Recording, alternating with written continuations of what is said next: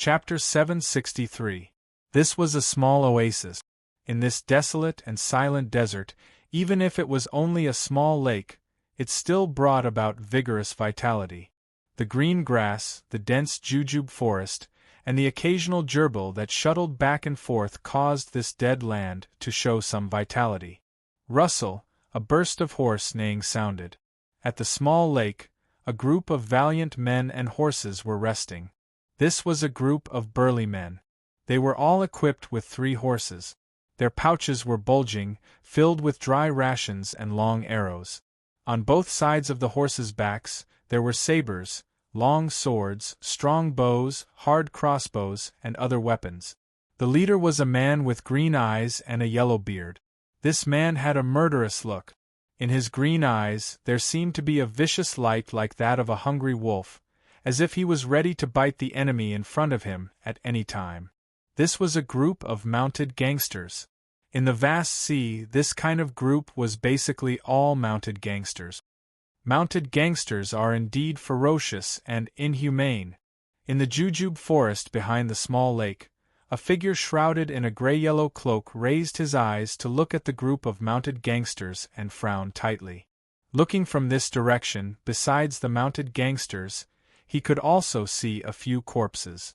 On the ground beside the small lake, there were 3 corpses lying on the ground. These 3 corpses were 2 men and 1 woman.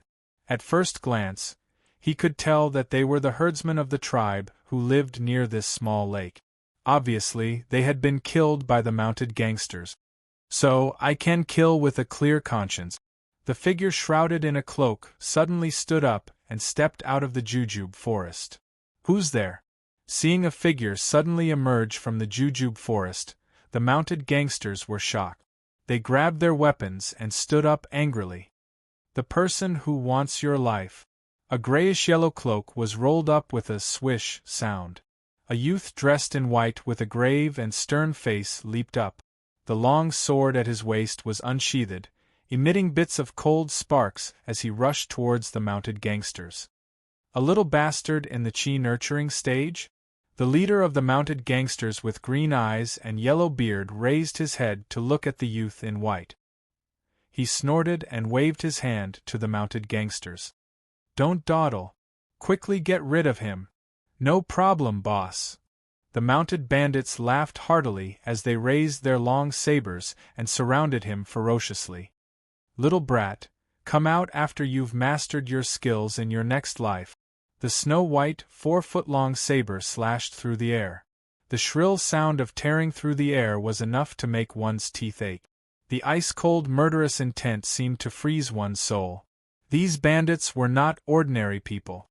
Even the weakest of them had already reached large success in chi cultivation and was about to open their acupoints.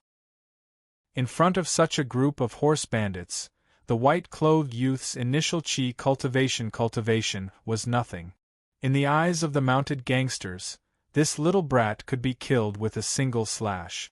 However, things went beyond their expectations. Pooh!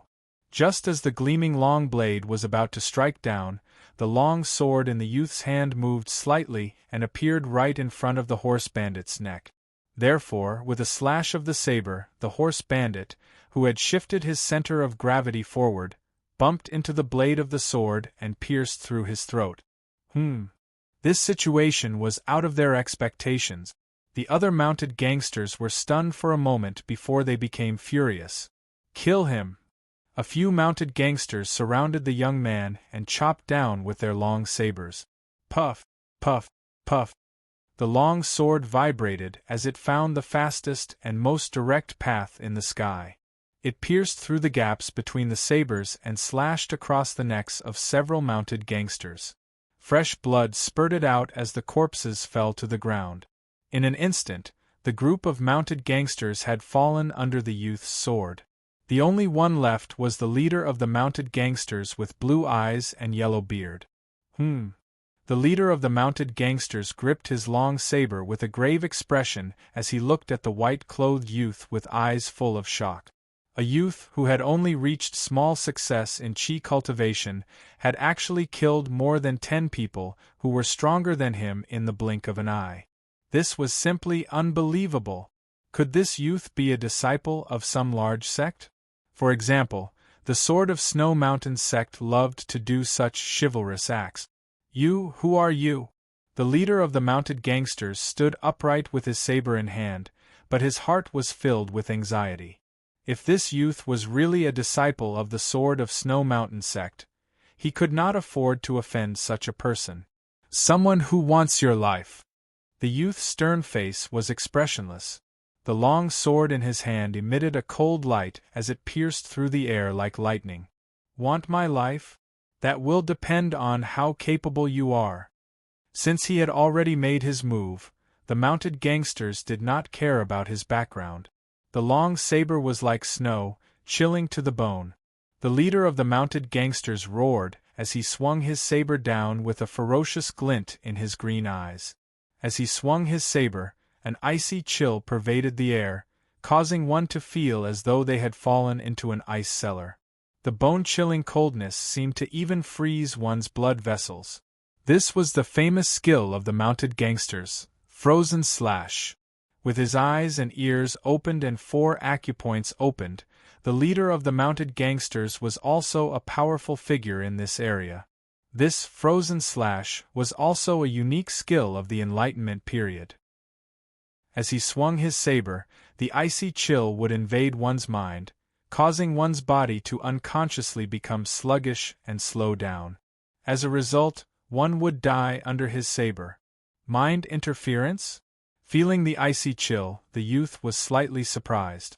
However, the long sword in his hand became even faster as lightning. Lightning strikes before covering ears. The sword pierced out like a shooting star, like a thunderbolt in the clear sky. It was sudden and unstoppable. With a puff, the long sword pierced through the leader's throat. Kiki, the mounted gangster leader's face was filled with disbelief. He could not believe that he had died just like that. That he had died under a casual strike from someone else. He had the ability to open 4 acupoints. How could he be killed by a brat at the initial stage of chi cultivation with a casual strike? How could such a thing happen? How could such a thing happen? He was simply dying with a grievance. For me to personally kill you, this is a blessing that you would not be able to cultivate for several lifetimes. The youth in white revealed a smile on his cold face. A mounted gangster leader who has opened 4 acupoints should have something like a martial arts manual? He turned his head and glanced at the corpse of the mounted gangster leader. With a flick of his long sword, he took the mounted gangster leader's waist pouch. Ice Soul Saber Scripture. He opened the pouch and found a manual inside. He casually flipped through it and found that this manual was a saber skill of the Enlightenment period. It was just right for him. Not bad, I have already obtained the basic martial arts manual for my new disguise. With just a glance, he understood all the contents of this secret manual. By extension, it was a peerless godly skill. At Li Yu's level, all martial arts, swordsmanship, and supernatural powers were essentially the same. Whether it was saber skills or swordsmanship, they were all the same. The concept of Ice Soul Saber Scripture becoming Ice Soul Saber Scripture did not exist. The saber in the mounted gangster leader's hand is not bad. He reached out and the mounted gangster leader's 4 feet long saber fell into his hand. The long saber was narrow and sharp. It was bone-chilling. It was a refined weapon. The weapons in this world started from ordinary weapons. There were also refined weapons, precious weapons, and divine weapons. Refined weapons were treasures that could not be bought with money in the Enlightenment period. It's a good opportunity to upgrade that ordinary sword. With a swipe of his hand, the refined weapon long saber instantly disintegrated into a cold light and merged into the long sword at his waist. Clang! With the sound of the sword, the long sword at his waist emitted a cold light and was officially upgraded to a refined weapon. Now that I have the novice equipment and novice skills, it's time to go out of the novice village and kill monsters. The youth, Bai Zhe, flipped over and mounted the horse of the mounted gangster leader. he spurred the horse and galloped into the Jianghu. Chapter 764. Half a year had passed. In this half a year, Shaolin Temple had gained a little monk named Zhen Ding. The Immensity Sea had gained a young man who was good at Sigu sword arts. Of course, the biggest change was that a young swordsman who specialized in attacking horse gangs and desert bandits had made a name for himself in the Immensity Sea. Glacier Swordsman by Zhe was like a cold current blowing from the Great Snow Mountain, making the desert bandits in the Immensity Sea shudder. Dong! Dong! On Mount Liantai, the evening drum and morning bell rang through the sky. Treading on the morning dew, the little monk Zhen Ding, who was also the time-traveler Little Meng, walked on the mountain road with a pair of shifty eyes, carrying 2 large wooden buckets and 2 buckets of water. "Senior brother, you said yesterday that if we jump down the cliff, we can find the peerless divine skill. I saw an unfathomable cliff behind the mountain. Let's go jump down one day, shall we?" Beside Zhen Ding, there was a little monk who was 1 or 2 years younger than him, also carrying 2 buckets of water and following behind Zhen Ding. "Junior brother, things like divine skill manuals should be left to nature and not forced.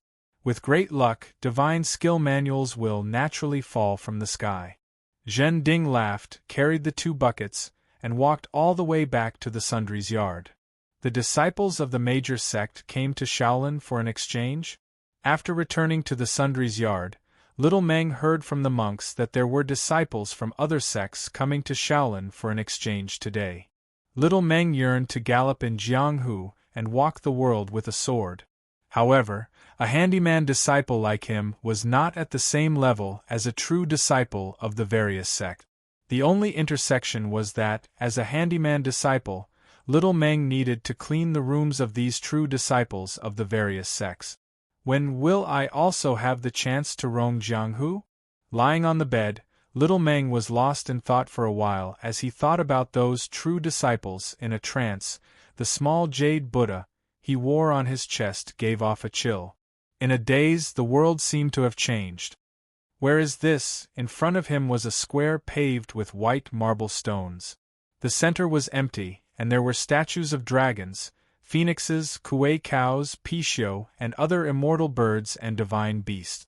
Little Meng looked up and saw all this. He was stunned and felt like he was in a dream. What is this place? There were other people in the square. Jiang Jiwei from the Shijian Pavilion, Zhang Yuanshan from the Zhenwu sect, and Qing Jing from the Xiantian sect were the true disciples, who had come to Shaolin to participate in the exchange. At this moment, they were also very puzzled by this unfamiliar environment and turned their heads to look around. What happened? Little Meng struggled to stand up and looked at everything in front of him in confusion. He did not understand what was going on. He was sleeping in the meditation room, so how did he end up here? Furthermore, he had encountered so many talented true disciples from various sections. Could it be that he was dreaming? Clang! A melodious sound of a bell rang out, causing everyone to look towards the center of the white jade plaza. Welcome to the world of samsara. There are endless dangers here, but you can also get everything you want from here. The grand and cold voice floated along with the sound of the bell, echoing slightly above the square. Who is it? Come out. The sudden voice caused the few elite disciples to be shocked in their hearts, and they shouted loudly before their figures dashed out swiftly and pounced towards the place where the voice sounded out. However, when they rushed there was nothing there. There was not even a shadow of a person. I am the dominator of samsara in the 6 realms. The voice was still ringing out, but all the true disciples tried to find the source of the voice, but they could not find it. It was as if it was everywhere. You will experience one world after another. Complete the tasks I gave you and accumulate karma points. Karma points can be exchanged for everything you want, whether it is peerless kung fu, heavenly weapons, fairy weapons, elixirs to prolong life, exotic materials and earthly treasures. As long as you have heard of it, it can be found here. What you don't know, it can also be found here. Every time you complete a task, you will return to your own world and wait for the next samsara to open. The introduction of the dominator of samsara in the 6 realms gave little Meng an inexplicable sense of familiarity. Isn't this the infinite flow? Little Meng's mouth was half open. He raised his head and looked around in the sky, trying to find the thing that looked like a big light bulb. The samsara task begins. The cold voice sounded again. The sky suddenly darkened, as if the world had changed again. In front of him was a deep and dark passageway, surrounded by cold stone walls. Boom! A faint green flame lit up on the wall of the passageway and turned into countless words. In order to seize the throne, the owner of the Yin Huang castle invented the mind-reaving pill and secretly controlled the leaders of all the sections. Hero Mal Yonghan accidentally saw through this plot, so he invited the other 3 masters to break into the Yin Huang castle together. However, they were careless and were trapped in the castle by the art of traps.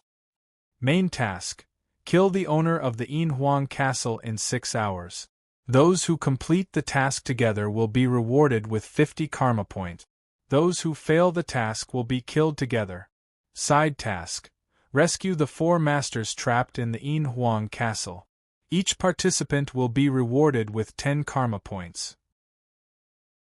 If the task fails, there will be no punishment. The green flame burned into rows of words. After a few breaths, the green flame went out and everything disappeared. I think we'd better finish this task first. The words, kill together, made little Meng very nervous. According to his understanding of the Master God, killing people was very easy. Well, this is very strange. We can't underestimate it. The several true disciples also looked serious. They were terrified by this strange 6 paths of samsara and did not dare to be careless. Let's go. Let's see what the master of samsara is up to. They walked along the dark tunnel. The deeper they went, the colder it became. Ha ha! Amidst a series of strange cries that sounded like the cries of ghosts and howls of wolves, black shadows drifted over from the air like ghosts. The black shadows floated in the air as if they were a group of ghosts, pretending to be ghosts. With an angry snort, the true disciples attacked one after another. For a moment, the sword light whistled and the sword chi was everywhere. A series of miserable shrieks rang out as these specters and ghosts fell from the sky.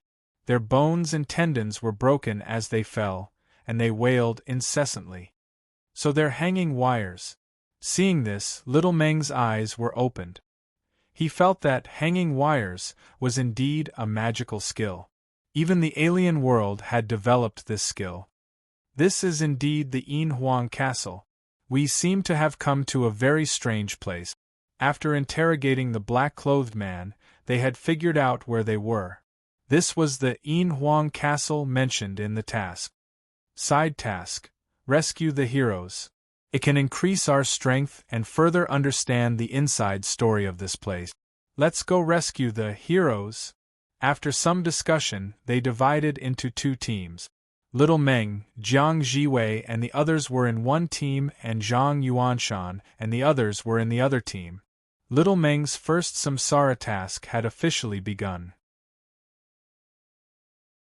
Chapter 765. According to the map, Little Meng, Jiang Jiwei and the others moved forward. Along the way, even Little Monk Zhending, chopped a few men in black with his knife. Along the way, Jiang Jiwei and Meng Qi finally arrived in front of the stone door. This was the place where a certain hero was locked up. I'll open the stone door. Be careful. Jiang Jiwei studied it for a while and signaled Little Meng to move away. She reached out and pressed the mechanism on the stone door. Ka. The stone door made a heavy sound of friction with the ground and slowly opened. Who saved me? Inside the stone door, a man's surprised and slightly surprised voice sounded. Is that Hero Cheng? Jiang Jiwei shouted at the stone door and carefully observed for a while. After confirming that there was no ambush, she walked into the stone room with her sword in hand. It's me. In the middle of the stone room, A middle-aged man in a green robe looked at Jiang Jiwei with surprise. I'm Qing Yong. Thank you for saving me. May I know where are you from? Master Qing felt very unfamiliar with Jiang Jiwei. Even with his knowledge, he had never heard of such a beautiful girl who was so skilled in martial arts. Hero Qing, I'm from a hidden sect.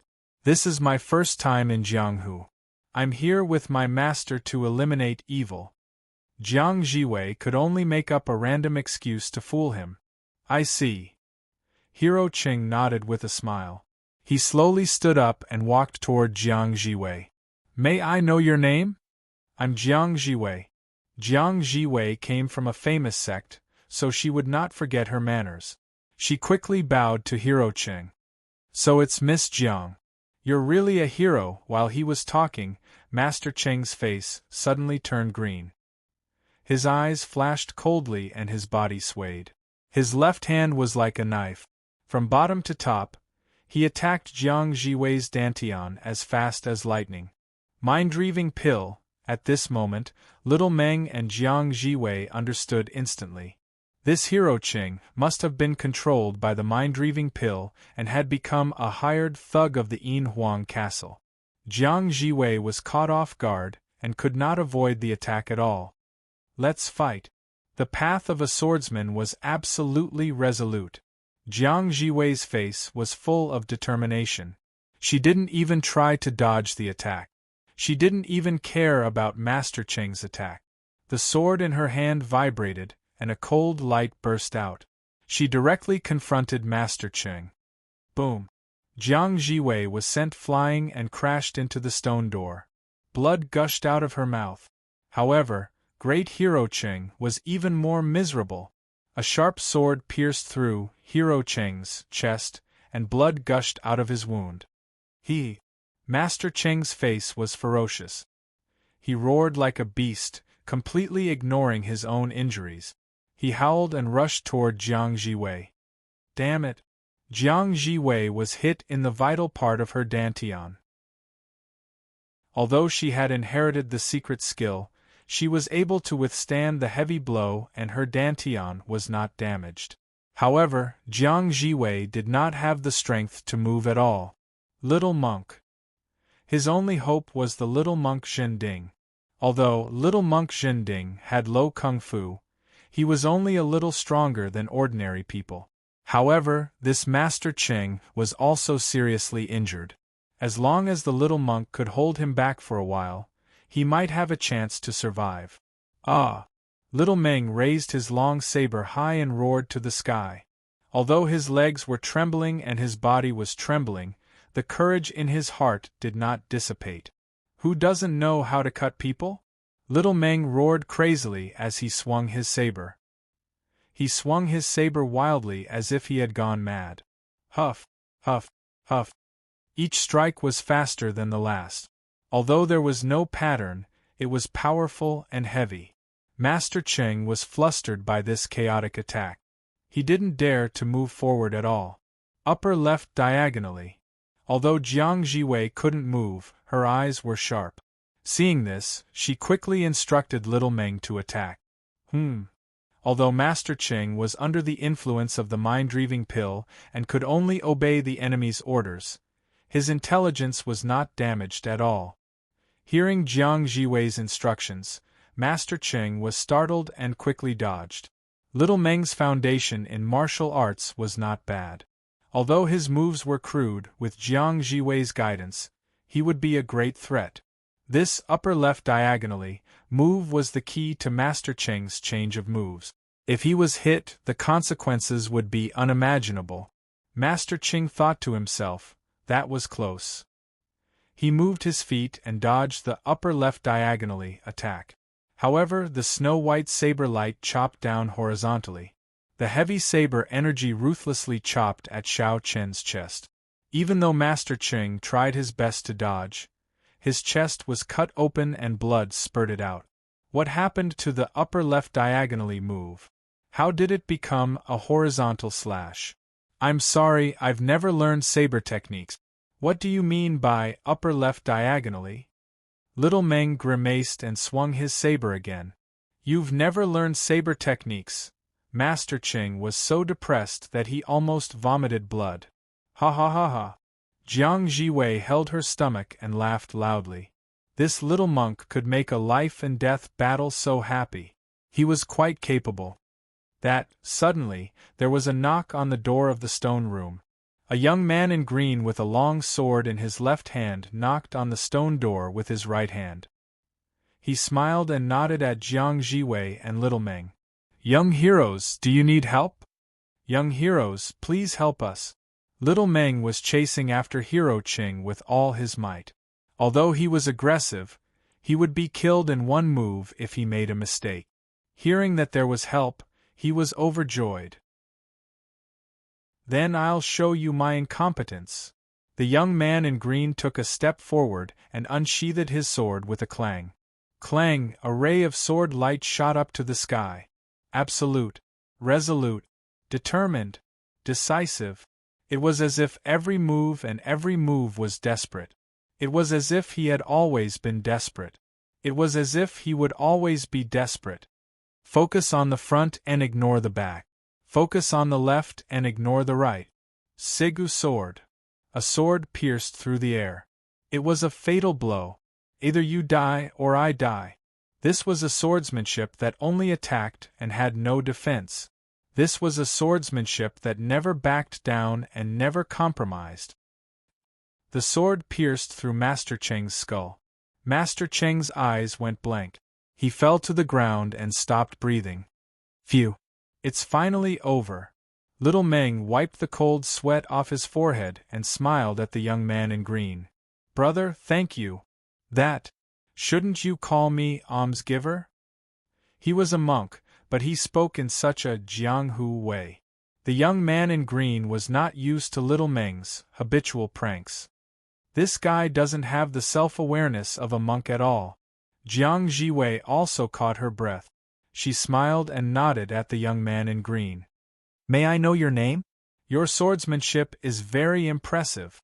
I'm Gu Chongqing from the western region. The young man in green smiled and bowed.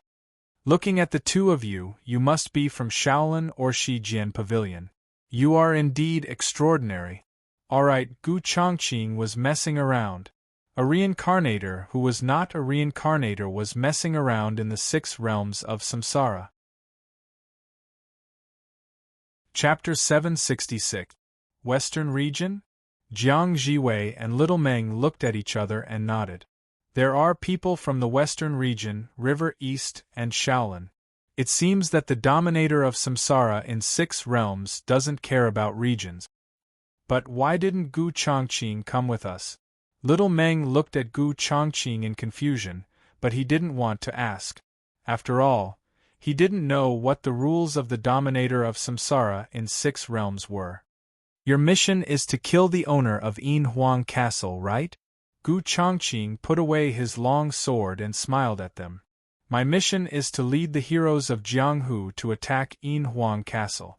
It doesn't conflict with your mission, so we can work together. Your mission is different from ours. Little Meng blinked and thought, just as I thought. After thinking for a while, Little Meng realized that Gu Chongqing should belong to another team of samsara travelers. Their missions intersected, so they were here. Is this a cooperative mode? There must be a confrontation mode in the future, right? Little Meng guessed and understood more about Gu Chongqing's identity. Miss Jiang, I have some healing elixirs. Take one and recover your strength as soon as possible. Gu Chongqing took out a jade bottle and threw it to Jiang Jiwei. 100 herb revival elixir? Jiang Jiwei opened the bottle and poured out 1 elixir. She was shocked when she saw the green color of the elixir, which seemed to contain the vitality of hundreds of herbs. The elixir was normal and very suitable, but it was a specialty of Jiang Jiwei's sect, Shijian Pavilion. Now, an outsider took it out so casually? Jiang Jiwei was speechless. Oh, in the samsara space, you can buy any elixir as long as you have karma points. I didn't mean to offend you. Seeing Jiang Jiwei's troubled face, Gu Chongqing immediately understood what was going on and hurriedly explained. Thank you for your help, Mr. Gu. Jiang Jiwei also understood the reality. She was helpless against the dominator of samsara in 6 realms, but she knew she couldn't blame Gu Chongqing. Jiang Jiwei swallowed the elixir and adjusted her breath for a while. Her meridians were cleared and Jiang Jiwei recovered about 70% or 80% of her strength. I'll open the door for the Jianghu fellows outside. Please wait for a moment. After exiting the stone gate, Gu Chongqing leaped into a tunnel and activated the mechanism to open the underground passage of the Yin Huang Castle. Young Hero Gu. Master Gu. The passageway opened and a group of people from the Jianghu walked in. They all saluted Gu Chongqing respectfully. Young Master Gu is so chivalrous, we admire you. Young Hero Gu risked his life to enter the Devil's Den alone. You are truly our role model. As they talked, they walked along the passage and soon arrived at the stone chamber. They saw Jiang Jiwei and Little Meng, as well as the dead Master Qing on the ground. Is that Hero Cheng? Thieves, did you kill Hero Cheng? A group of martial arts practitioners stared at Jiang Jiwei and Little Meng with righteous indignation. Their murderous aura was so strong that they seemed ready to attack at any moment. Everyone, this is a misunderstanding. At this moment, Gu Chongqing hurriedly explained, everyone, Hero Cheng. Sigh, he's been poisoned by the mind-reaving pill. He's no longer the Hero Cheng of the past. Mind-reaving pill. As soon as this name came out, the group of martial arts practitioners all changed their expressions. How could they not know what the mind-reaving pill was? Hero Cheng. Sigh. The result was obvious. The owner of the Yin Huang Castle is a scourge to the world. We swear to kill him and avenge all of you. Everyone unsheathed their swords and charged toward the Yin Huang Castle with anger. Thief! You're courting death. As they turned around the underground passage, a furious roar came from the front. A young man waved his sword and chased after a white-haired man. Senior Brother Zhang? What happened? This young man was Little Meng's companion, the true disciple of the Zhen Wu sect, Zhang Yuanshan. Junior Sister Jiwei, stop that thief. He killed Junior Brother Qing Jing. Seeing the people in front of them, Zhang Yuanshan confirmed Jiang Jiwei's identity and hurriedly called out to her. What? The so-called Junior Brother Qing Jing was his companion, the disciple of the Xian Tian sect, Qing Jing. Hearing Zhang Yuanshan's words, Jiang Jiwei and Little Meng were shocked and hurriedly stopped him. That's Hero Ma. The group of martial artists also saw the white-haired man. They suddenly realized that this man was the initiator of this expedition against the Yin Huang Castle, Hero Ma Lianghan. Hero Ma must have been poisoned by the mind-reaving pill. Gu Chongqing explained and jumped up. The long sword in his hand was unsheathed, and the dazzling sword light pierced toward the white-haired man's head. Hero Ma. Sigh, everyone had already understood the reason. They all pulled out their weapons with grief. Puff! Gu Chongqing pierced his sword. Hero Ma, who was running away in a hurry, didn't have time to dodge. He was stabbed in the chest and blood spurted out. Ah! The severe pain seemed to wake Hero Ma up. He raised his head and saw the group of martial artists. His eyes were filled with tears. I can't take it anymore. Kill me! Kill me! As you wish. Zhang Yuanshan had been suppressing his anger because of Qing Jing's death. How could he hold it in now? The sword pierced through the air, and the bright sword light pierced through Hero Ma's heart. Hero Ma's neck tilted, and he died. Everyone, the owner of the Yin Huang Castle is the culprit. Let's avenge Hero Ma. The group of martial artists roared and rushed toward the depths of the Yin Huang Castle. In the central hall. This was a hall that imitated the style of a royal palace. It was the center of the entire Yin Huang Castle. The owner of the Yin Huang Castle was in this hall. When Gu Chongqing led a group of heroes to the central main hall, the majestic doors opened with a loud bang. In the huge hall, a thin middle-aged man with a beautiful beard was sitting on the dragon throne. He was wearing a bright yellow dragon robe. He looked majestic and domineering. A group of men in black knelt below the man in the dragon robe. "I've been waiting for you for a long time." The man in the dragon robe raised his head and looked at the entrance of the hall. He looked at the group of martial artists and sneered. "Beast slaves, kill them!" Roar! A series of beastly roars sounded. The dozens of men in black suddenly stood up. They were all crazy like beasts. Their faces were twisted, their eyes were red, and their muscles were bulging. Their clothes were bulging. They had turned into a group of beasts. "Ah! Senior brother! That's senior uncle! Master!" Seeing the group of men in black, the group of martial artists suddenly screamed in horror and anger.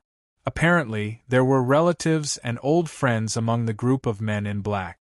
Roar, however, the group of men in black didn't care about the cries at all. Instead, they roared like beasts. "Demon, what did you do to them?" The martial artists shouted in grief. "How dare you roar at the Emperor Father?" The man in the dragon robe stood up slowly and pointed at the men in black. "They willingly turned into beasts and led the way for me. Once I've annihilated the rebels, I will protect their descendants and guarantee them eternal glory and wealth." "Beast! Lunatic!" The martial artists were furious. "Give me the antidote and I'll spare your life." "Ha! These elixirs are gifts from the heavens. How can there be an antidote? I'm under the command of the heavens and under the sea. How dare you betray the Emperor? Die!" The owner of the Yin Huang castle shouted crazily. He commanded the group of beast-like men in black to attack the group of martial artists. These men in black are close to the enlightened aperture's level. A few reincarnators looked at each other and raised their long swords. "It's time for the final battle. Everyone, let's fight to the death." They jumped up and sword radiance burst out. A great battle began. Chapter 767. Kill! When the black-robed men attacked, the martial artists would not just sit there and wait for death. They all roared and waved their weapons. In an instant, the whole hall was filled with the sounds of killing. "None of you can run away!" The man in the dragon robe shouted crazily. He waved his hand, and a foul smell came out of his palm. He attacked the martial artist. "Catch the ringleader first!" Jiang Jiwei raised her long sword and greeted Zhang Yuanshan. The two of them attacked the man in the dragon robe from the left and the right. "We can't get involved in this battle." The battle was extremely fierce. The black-robed men were all in the enlightened aperture's level. Little Meng, Qi Jingyan of the Huanhua sword sect, and Qi Xia of the Dajiang gang were not strong enough to get involved. The three of them had not enlightened their apertures. In such a fierce battle, they could die if they were not careful. "Follow behind me." Gu Chongqing sent a black-robed man flying with his sword. He turned around and said to the three of them. At this moment, the whole hall was in a mess. There was no safe place. The weakest black-robed men were in the enlightened aperture's level. Under such circumstances, it was safer to follow Gu Chongqing. "Thank you, young Master Gu." Little Meng and the other two quickly picked up their swords and followed Gu Chongqing. They killed their way forward. Twisting Tortoise and Snake, Zhenwu Taiji sword. Zhang Yuanshan's sword was as steady as a rock. Even though the owner of Yin Huang Castle had a pair of ferocious green poisonous palms, he could not do anything to Zhang Yuanshan's Zhenwu Taiji sword. "Kill!" Jiang Jiwei took advantage of every opening and attacked with her sharp sword light. Together with Zhang Yuanshan, they kept the owner of the hidden Emperor Castle in check and were locked in a stalemate. However, the owner of Yin Huang Castle relied on his pair of ferocious iron palms and was much stronger than the two of them. Even though he was restrained by the two of them, he did not show any signs of losing. "Brother Zhang, Miss Jiang, I'm coming." The sword light flashed and the Sigu sword roared. The power of the sword was extremely terrifying. Every time the sword stabbed, a black-robed man would fall. Along the way, Gu Chongqing killed with his sword. Almost no one could stop him. Damn it! Gu Chongqing's power increased the pressure on the owner of Yin Huang Castle. With a vicious look in his eyes, the owner of Yin Huang Castle suddenly let out a loud roar. Black smoke rose from his body, and a stinky poisonous gas spread out. Poison! Zhang Yuanshan and Jiang Jiwei's faces changed when they saw the poisonous smoke. They held their breaths and retreated. At this time, all the black-robed men in the hall suddenly roared, and their bodies also emitted a stinking poisonous smoke. All of a sudden, the crowd retreated one after another, not daring to provoke them. The owner of Yin Huang Castle had already gained the upper hand. Submit, or all of you will die. Under the influence of the poisonous smoke, Zhang Kuang of the Yin Huang Castle roared furiously, as if he had really become the most powerful person in the world. Damn it! The owner of Yin Huang Castle, who was shrouded in poisonous smoke, was invincible. No one dared to provoke him. This made the faces of the reincarnators turn ugly. You are still thinking the same way. Gu Chongqing looked at the reincarnators with a smile and shook his head. So what if the poison is strong? We won't be staying here for long. Clang! Gu Chongqing raised his gleaming sword high up in the air. He faced the poisonous smoke and stepped forward without hesitation. This is just a mission. What? Mission? Jiang Jiwei's eyes lit up. Yes, this is just a mission. After we finish the mission, we can go back, right? Clang! Another beam of sword light shot up to the sky. Jiang Jiwei jumped into the air and pierced her sword toward the owner of the Yin Huang Castle, who was covered in poisonous smoke. An Ata sword. A bright beam of sword light lit up, as if it was from outer space. What a beautiful beam of sword light! At this moment, everyone in the hall was shocked. They unconsciously raised their heads, and then they saw a beam of sword light. It seemed that there was only one beam of sword light left in the world. Unfortunately, there was more. The moment this bright beam of sword light shot up to the sky, another beam of sword light shot up to the sky.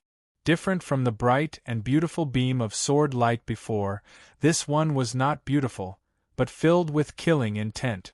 Mournful, killing intent, dead silence, extinction. This was a sword of destruction. This was a sword of death that could kill all living things. Puff, puff. The two beams of sword light flashed and disappeared almost at the same time. The cold sword edge had penetrated deeply into the owner's head. The owner of Yin Huang Castle was trembling all over. His half-open mouth opened slightly as if he wanted to say something, but he couldn't. Only his eyes were filled with endless fear and shock.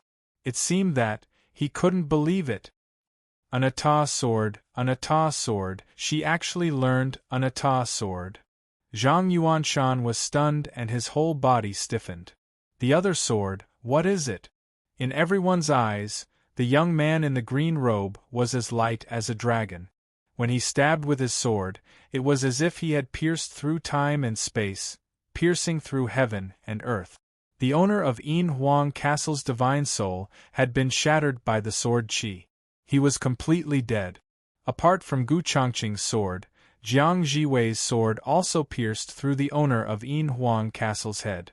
A man and a woman, standing with swords, were like flying immortals. Such a sword technique, such a sword technique. Even immortals' sword dance could not be better than this. The beam of sword light pierced through the sky. It was like a divine dragon stretching out its claws. It could not be seen, but its power could be felt. At this moment, the hearts and minds of all the heroes in the hall were completely filled with the two sword lights. The bright and dazzling sword light pierced through heaven and earth. Such a miraculous and terrifying sword technique, and they saw two of them at the same time. Young Master Chongqing, Gu Chongqing, has such a powerful sword technique inheritance? What about the other men and women? Who are they? All the martial artists were shocked and confused.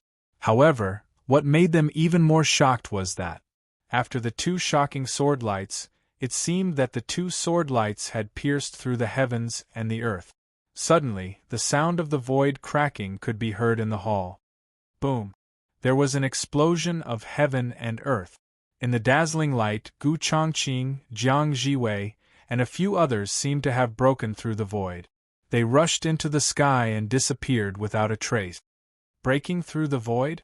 All the martial artists were dumbfounded. They're back. Bright light sprinkled down, and endless vitality washed over them. When they returned to the white jade square, everyone was bathed in the light. All their injuries were healed instantly. There were no injuries on their bodies. Where's Gu Chongqing? Why don't I see him? Where did his last sword technique come from? After the restoration, Jiang Jiwei landed on the ground. She turned around and looked for Gu Chongqing. Obviously, Jiang Jiwei, who loved the 3-foot sword, was very interested in Gu Chongqing's last sword technique. Third young master's sword? The fatal 13 swords? Little Meng blinked and his eyes lit up. He even has these things? Clenching his fists tightly, Little Meng took a deep breath. He knew that this was an opportunity to rise. Chapter 768. I've completed another samsara mission. Silently, Gu Chongqing's figure reappeared in the room of the Gu clan fort. It was still the familiar room in front of him. Everything seemed to be the same, but Gu Chongqing knew that everything was different. Now, I'm no longer who I used to be. I'm no longer that powerless young man who was at the mercy of others. He walked to the window and pushed it open. He looked into the distance and saw the center of the golden sand oasis. A cold smile appeared on Gu Chongqing's face. Poison Miao, the Ice Blade, a bandit and a barbarian. He's only a 9 apertures cultivator, but he can do whatever he wants. Gu Chongqing put his hand on the long sword at his waist. His face was cold. Poison Miao was the ruler of the Golden Sand Oasis. The several 100,000 people of the Golden Sand Oasis were trembling under Sin the Miao's tyrannical might, their life and death in his hands. Although he was only a 9 apertures cultivator, in a small place like the Golden Sand Oasis, his power was beyond imagination. No one dared to resist. In the future, Gu Chongqing saw, he refused to submit and wanted to resist. In the end, he was betrayed by his family. He was suppressed by Sindhu, and his entire family was killed. Why did I train so hard? Gu Chongqing stepped out of the room. His aura became more and more condensed, as if he had turned into a dark and bottomless abyss. Why did I join the samsara and fight in the endless world? Step by step, step by step. He was not in a hurry, not too fast, not too slow. He walked toward his goal, toward the center of the Golden Sand Oasis, toward the bloody and terrifying castle. When the sword is in the sword, it cries out for injustice. Gu Chongqing stepped out of the house, out of the Gu clan fort, towards the center of the oasis, towards Sin the Miao's castle. Changing my fate, changing the fate of my family, starts here. In the future, Gu Chongqing saw, Sindhu was one of the culprits for his entire family's death. Because he helped Shaolin Zhending, also known as Little Meng. He offended the biggest desert bandit in the Immensity Sea, Zhe Luoju. Evil Sword sent a letter to Golden Sand Oasis. Then, the Gu family and Sin the Miao captured Gu Chongqing's parents and siblings and sent them to Evil Sword, Zhe Luoju, to vent his anger. I won't let those people from the Gu family off. Sin the Miao cannot be let off. Thinking back to the future, even if his parents and siblings were dead, they would be chopped into minced meat by the cruel desert bandits and fed to the wild dogs. Gu Chongqing's heart hurt. It was painful. If a volcano that had been accumulating lava for a long time could no longer be suppressed. Brat, stop. When Gu Chongqing arrived at the entrance of Sin the Miao's residence, he was stopped by the guards. "Who are you? What are you doing here?" A group of guards wearing leather armor and carrying swords and spears were standing guard at the entrance of the mansion. A fierce-looking man with a curly beard and hair was holding a battle-axe. He shouted angrily at Gu Chongqing. "Chongqing? Gu Chongqing?" Among the guards there were also members of the Gu family. A member of the Gu family saw Gu Chongqing and shouted happily, "Chongqing, you've finally agreed to join us? Are you here to meet the great leader? That's great. You're from the Gu family? Are you here to meet the great leader? You look good, you're a good fighter." Since Gu Chongqing was a member of the Gu family and had come to join them, the guards did not stop him. They let him in directly. "The great leader is inside. Go see him yourself." The man with the giant axe grinned and waved his hand at Gu Chongqing. "Go ahead, brat, perform well. You might be able to make a name for yourself in the future. Chongqing, perform well." The Gu family members in the guards raised their fists and encouraged Gu Chongqing. They were looking forward to Gu Chongqing being recognized by the great leader. "Ha ha!" Gu Chongqing laughed coldly in his heart. His hand on the hilt of his sword seemed to tighten. Walking into the mansion, Gu Chongqing saw a small bridge over flowing water. The winding path led to a secluded place. The surroundings were richly ornamented and luxurious. After passing through the passageway, Gu Chongqing came to a luxurious hall.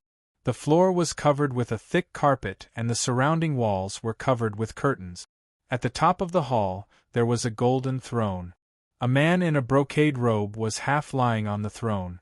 He had a few beautiful girls in his arms. His eyes were half closed. Under the service of the girls, he drank strong wine and laughed loudly. He was very satisfied. This was Sin the Miao. Sin the Miao, the ice snow blade, the ruler of the Golden Sand Oasis, the leader of the Golden Sand Bandits. "Brat from the Gu family? You want to join us?" Sin the Miao glanced at Gu Chongqing. He didn't know why, but Gu Chongqing's straight figure was a bit of an eyesore. "You want to join us? I don't take in useless people." Sin the Miao slammed the wine bottle in his hand on the table and exhaled heavily. "Go, bring me 5 heads of the Black Sea Bandit." Originally, the Gu family had already sided with him. It would not be so troublesome for their disciples to join him. Sin the Miao would usually just meet them and accept them as his subordinate. However, when he saw Gu Chongqing, Sin the Miao suddenly felt very uncomfortable. Yes, Sin the Miao understood the reason for his discomfort. That was, this young man called Gu Chongqing did not show any fear or nervousness in front of him. That ramrod straight figure seemed to be provoking him. Kill the Black Sea Bandits? No, there's no need to go through so much trouble. After Sin the Miao arranged a task for him, Gu Chongqing suddenly laughed. "Bastard! Whatever I say is the truth. How can you refute me?" Gu Chongqing's laughter was too ear-piercing to Sin the Miao. It was too infuriating. "You're mistaken about one thing." Gu Chongqing's cold eyes stared at Sin the Miao. A cold smile appeared on his face. The hand on his waist slowly pulled out a long sword. "I'm not here to join you." With a clang, the long sword left its sheath. The cold sword radiated a chilling aura. "Are you here to challenge me?" Sin the Miao was slightly surprised. He threw the wine bottle in his hand and laughed loudly. "I haven't encountered such an interesting thing in a long time. Kid, you're quite brave." With a clang, the table in front of Sin the Miao made a soft sound. A 5-foot-long saber jumped out from between the tables. "Come on, kid, I'll show you my peerless saber skills." With the saber in hand, Sin the Miao's aura surged like a raging tide. He became valiant and powerful. He no longer looked like a lazy rich man from before. "Show me your saber skills?" Gu Chongqing curled his lips in disdain. "Killing you will only take 1 strike." Clang! A dazzling sword radiance shot into the sky, tearing the sky and piercing through the earth. Mournful, desolate, dead silence. Extinction. This was a sword of destruction. This was a sword of death that could extinguish all life and all things in the world. 13 deadly swords. The sword radiance was like a rainbow, piercing through the earth. Under this sword, Sin the Meow's body trembled. It was as if his mind and thoughts had stopped. This was sword intent. The realm after enlightenment was called the exterior. The characteristic of the exterior was to use one's own strength to interfere with the world and change the external environment. This sword's intent of extinction and silence was already able to interfere with others and the external world. Just like Jiang Jiwei's Anatta sword, Gu Changqing's sword was already at the exterior level. Poof! The sword radiance broke through the skull. Sure enough, only one strike.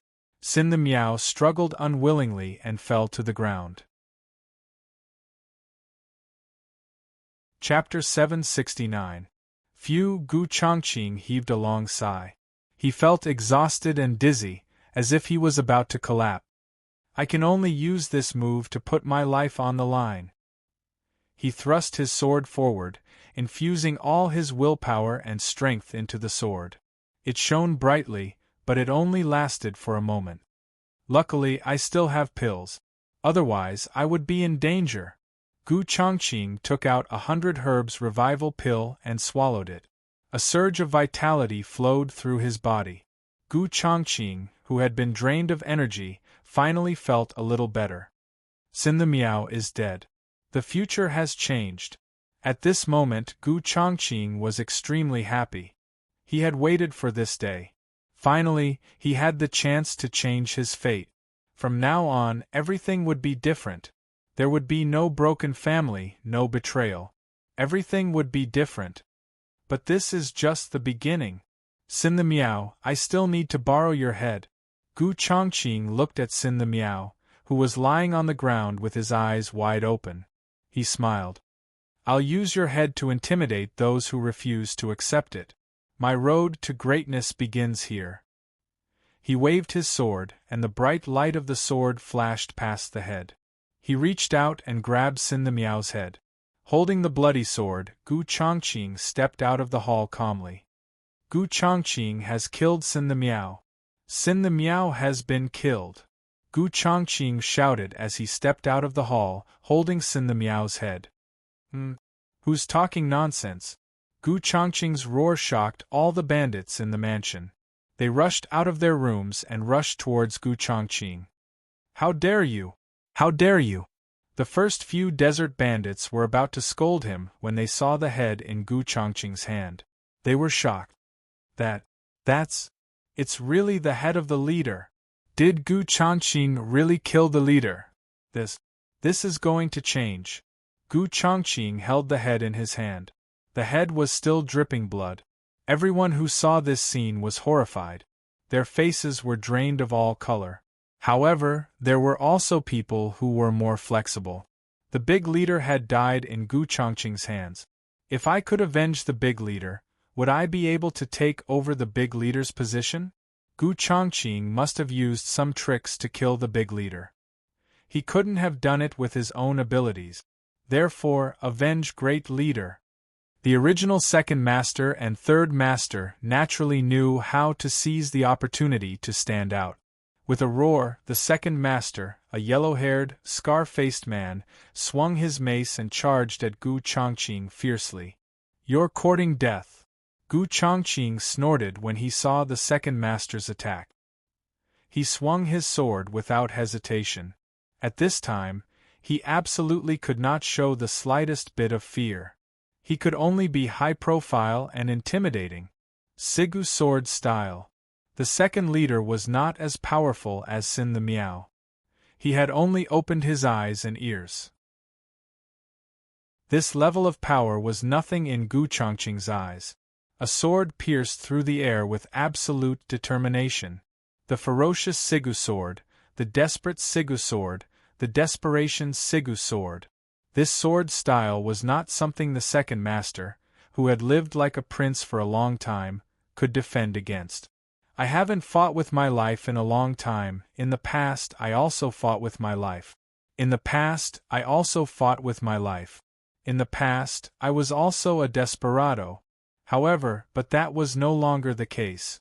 The sword light pierced through the air and through the second master's throat. With a clang, the heavy mace fell to the ground. The second master clutched his throat and struggled with difficulty. He staggered and fell to the ground. Ah, second master, Gu Chongqing is so powerful? After killing the second master with one sword and seeing the big leader's head in Gu Chongqing's hand, the surrounding horse gang members gasped in fear. They all retreated, not daring to make a move. At this moment, Gu Chongqing's power was overwhelming and terrifying. From today onwards, I am in charge of this place. After throwing Sin the Miao's head out, Gu Chongqing raised his long sword with a cold expression and slowly pointed it at the horse gang in front of him. Do you have any objections? Who agrees? Who opposes? Shouts of questioning were heard all around, but there was complete silence. No one dared to make a sound. Ha ha ha ha. Qing well done. At this moment, there was a burst of arrogant laughter outside the door. The Gu family head led a group of family members into Sin the Miao's residence as if he was the owner of the place. You are indeed the Gu family's Qilin. The Gu family head nodded approvingly at Gu Chongqing. Killing Sin the Miao and eliminating evil. Qing is heroic and unparalleled. Sin the Miao is dead. From today onwards, the Gu family will be in charge of this place. With a wave of his hand, a group of Gu family members clad in armor and holding swords rushed forward and took down all the horse gang members in Sin the Miao's residence. Although these horse gang members were unwilling, but Gu Chongqing's terrifying strength was too frightening. If they resisted, they would only die. After a while, the entire residence was in the hands of the Gu family. Qing I will be in charge here. Go and rest. The Gu family head smiled and waved at Gu Chongqing. Then, he took over everything as if it was a matter of course. Gu Chongqing turned to look at the Gu family head and sneered. Who do you think you are? How dare you make decisions for me? Huh? How dare you? The Gu family head heard Gu Chongqing's words and was so angry that his eyebrows jumped. His face turned red. I am the Gu family head. Everyone in the Gu family is under my control. Are you not a member of the Gu family? How dare you disobey the Gu family head's orders? Scram! With a swing of the sword, the blade made a "pa" sound and heavily hit Patriarch Gu's face. Patriarch Gu staggered and a deep bloody mark appeared on his face. You have to be clear about one thing. Gu Chongqing's face was as cold as ice. He stared at the Gu family head and sneered. Here. I have the final say. The Gu family members' hearts tightened. Under Gu Chongqing's power, they did not even dare to breathe loudly. From today onwards, my father is the new Gu family head. Do any of you have any objections? He raised the bloody sword slowly. His cold eyes swept across the Gu family members. They all lowered their heads and did not dare to have any objections. Very good. Gu Chongqing nodded. I am not a harsh person. Sin the Miao's property in Jinsha State will be divided equally among the various branches. Other than the main family taking 30%, the rest will not enter the public account. The Gu family head is wise. As soon as Gu Chongqing said that, benefits and riches moved people's hearts. In an instant, everyone in the Gu family supported him. Hundreds of people responded to his call and thousands of people obeyed. To me, cultivation is the foundation. Money and wealth are all meaningless. Sin the Miao's property and wealth were meaningless to Gu Chongqing. The only useful things were the weapons, elixirs, and martial arts manuals collected by Sin the Miao. These things were Gu Chongqing's spoils of war. No one dared to touch them, unless he wanted to die. I can exchange Sin the Miao's collection for karma points again. With these karma points, he could exchange for cultivation time and improve his cultivation again. Chapter 770. Gu Chongqing killed Sinomio with his sword. The Golden Sand Oasis had undergone a tremendous change. However, in the entire Immensity Sea, in the entire western region, the death of Sinomio, the wild ice blade, did not cause any commotion. Everything was quietly changing. Quicksand Town. This was the only way to enter the Immensity Sea from the central region. It was located at the edge of the Immensity Sea and had always been the first stop for many traveling merchants. There was a tavern in Quicksand Town called the First of the Immensity Sea. The tavern was not big, and the taste of the food was so bad that it was hard to swallow. The service was so bad that words could not describe it. However, this tavern was doing very well. It was the only tavern in the entire Quicksand Town.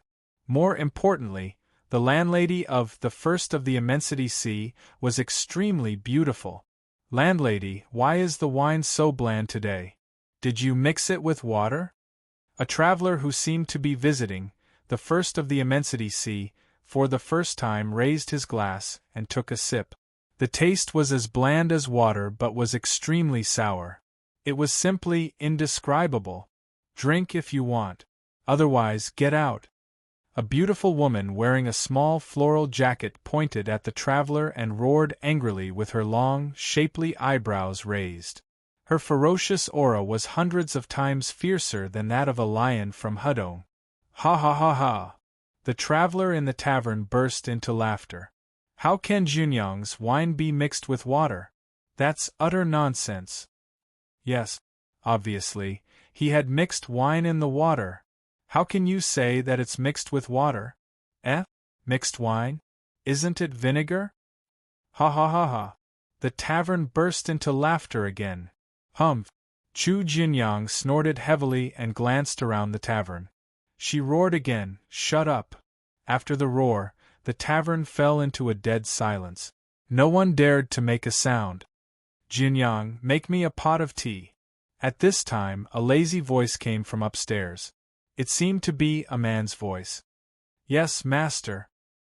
Hearing this voice, Chu Jinyang, who was as furious as a tiger, immediately lowered her head and looked like a gentle and virtuous woman. "Wow, I'm blind. Oh my God, what did I just see? The gentle Chu Jinyang?" Chu Jinyang's gentle demeanor frightened the customers in the tavern, and they screamed in panic. "Shut up!" A furious roar swept through the tavern like a storm. The entire tavern suddenly froze, followed by a long exhalation. "That's Chu Jinyang. That's normal. It's just that. The person who asked Jinyang to make tea, where did he come from?" Chu Jinyang, the mad lion of the vast sea, suddenly turned into a kitten? Chu Jinyang picked up a Yixing clay teapot and carried a tea tray. She walked gracefully up the stairs with a sweet smile on her face. The faint fragrance of tea permeated the air, refreshing the mind. "Oh my God, Jinyang actually has such good tea here? Are you kidding me? Isn't Jinyang's tea made from black and moldy tea bricks? There's actually such a green tea? Everyone, there must be something fishy about this. Could it be that Jinyang has a gigolo?" Bang! Before they could finish their words, a folding stool fell from the sky and hit them in a panic. Chu Jinyang turned around and glanced at the tavern hall with a sweet smile. Her eyes were as gentle as water. Such behavior actually made the people in the tavern feel a chill in their hearts, and their bodies trembled all over. "Master, the tea is ready." Chu Jinyang knocked on the door gently. Her soft voice was like a gust of wind blowing over the surface of the water, causing gentle ripples. "Come in." The man in the room replied lazily. "Yes." Chu Jinyang answered gently. She gently pushed the door open and walked into the room. A white-robed master. The people who had been watching this scene all stared at the door with their eyes wide open. When Chu Jinyang pushed the door open and walked in, they saw a white-robed master in the room. They just glanced at him and couldn't see him clearly. However, the white-robed master's elegant demeanor was definitely not ordinary. "Master, the tea is ready." Chu Jinyang carried the tea tray and came to the white-robed master. She gently put the teacup and teapot on the table. She gently lifted the purple clay teapot and poured tea for the white-robed master. That's enough. Don't put on an act. The white-robed master, who was half lying on the soft couch, casually waved his hand at Chu Jinyang. How much do you want to charge for this pot of tea? I'm sincere. Why do you? Chu Jinyang wiped her tears with her sleeves as if she had been wronged. She was heartbroken. Oh my God! The white-robed master widened his eyes. You put a lot of pressure on me. This pot of tea. I'm afraid it can't be solved without a few thousand taels of silver. Why do you say that? I'm not a greedy person. Chu Jinyang was even more heartbroken. Are you serious? Money can't solve it? Are you thinking about my bag of gemstones? The white-robed master shook his head gloomily. Well, is one gemstone enough? I can't give you more than one fire diamond. I'm sincere. How can a mere fire diamond be comparable to my sincerity? Chu Jinyang's slender fingers were like blooming orchids. 5? That's too expensive. I can only give you 2 at most. I'm never fickle-minded. 3 gemstones? I'm not fickle-minded. Damn it. 5 gemstones it is. Hurry up and find out where Zailuoju is for me. The white-robed master threw a cloth bag to Chu Jinyang and took a sip of the tea. Good tea. Of course it's good tea.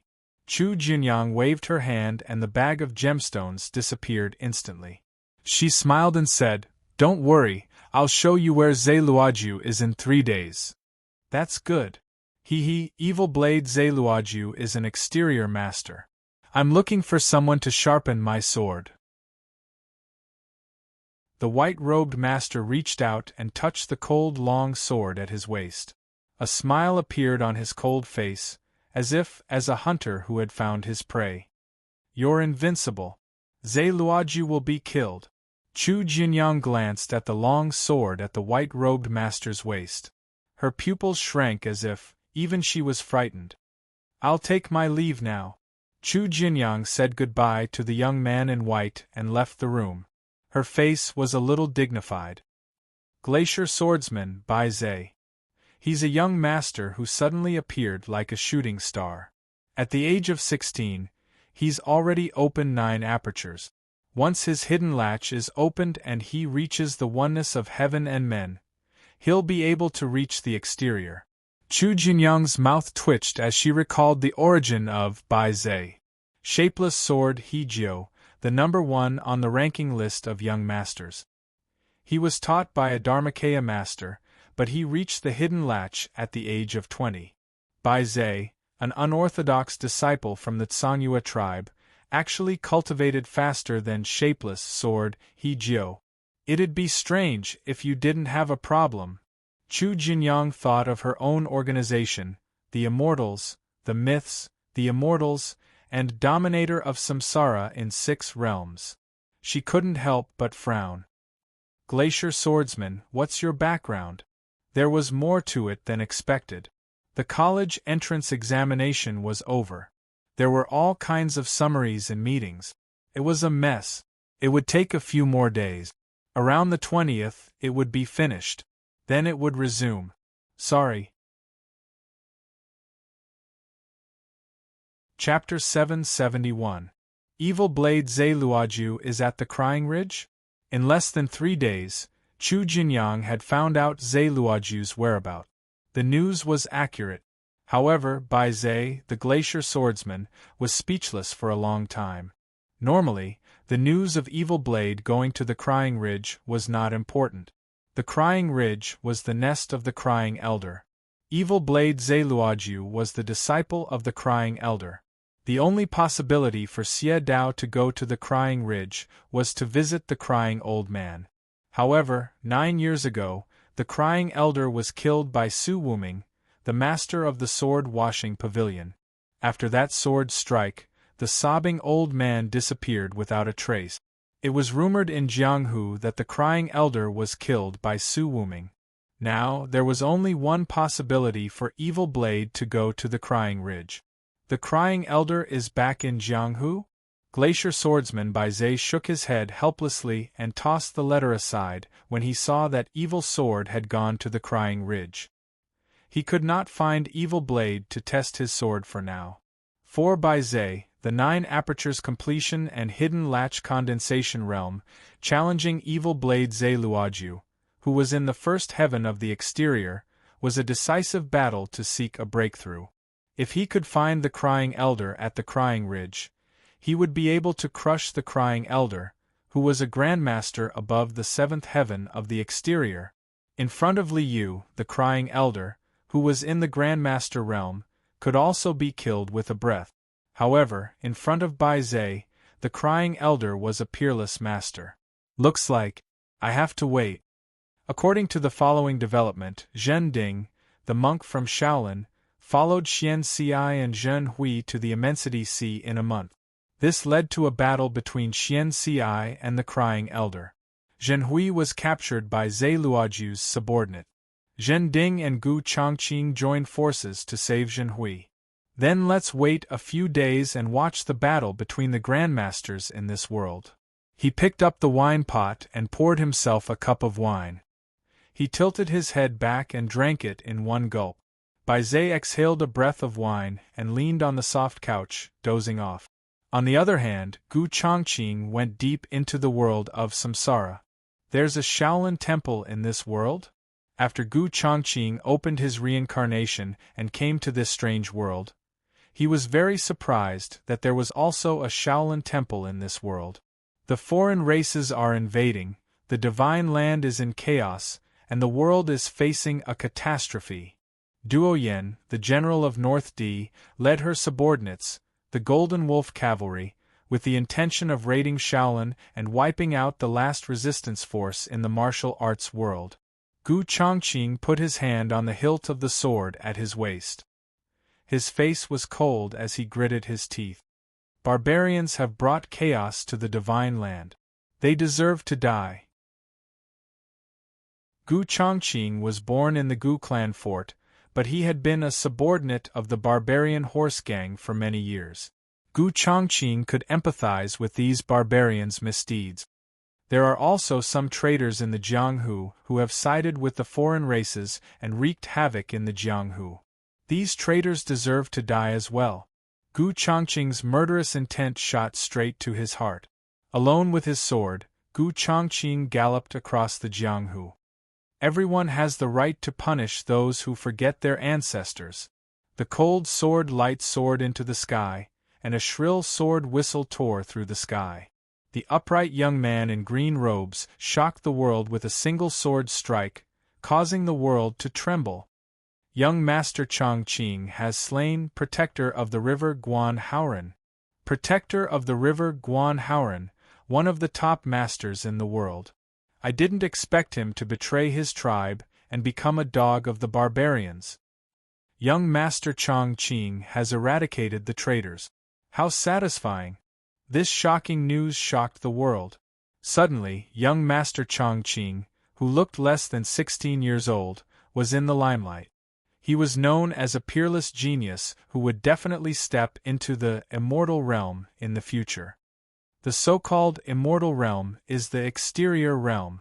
Gu Chongqing found that in the world of samsara, the exterior masters were the strongest forces in the world. In the martial arts world, there were 2 people who had stepped into the immortal realm. One was the abbot of Shaolin, Master Xng, and the other was the general of the barbarians, Duo Yen. However, the abbot of Shaolin was old and weak. He was only one breath away from passing away. His physical condition was far worse than that of Duo Yen, the general of the barbarians, who was in the prime of her life. It was because Duo Yen, the general of the barbarians, was invincible and unstoppable. This caused the people in Jianghu to panic. Some traitors emerged one after another. Duo Yen had 4 innate masters under her command. Protector of River Guan Haoren, Hundred-Face Bookster Kuang Chengwang, White-Browed Wolf Fu Han, and Cosmos Juggler Tang Shun. At this moment, Protector of River Guan Haoren had been killed by Gu Chongqing. The other 3 famous traitors could not be let go. 100-Face Bookster's disguise is unparalleled in the world.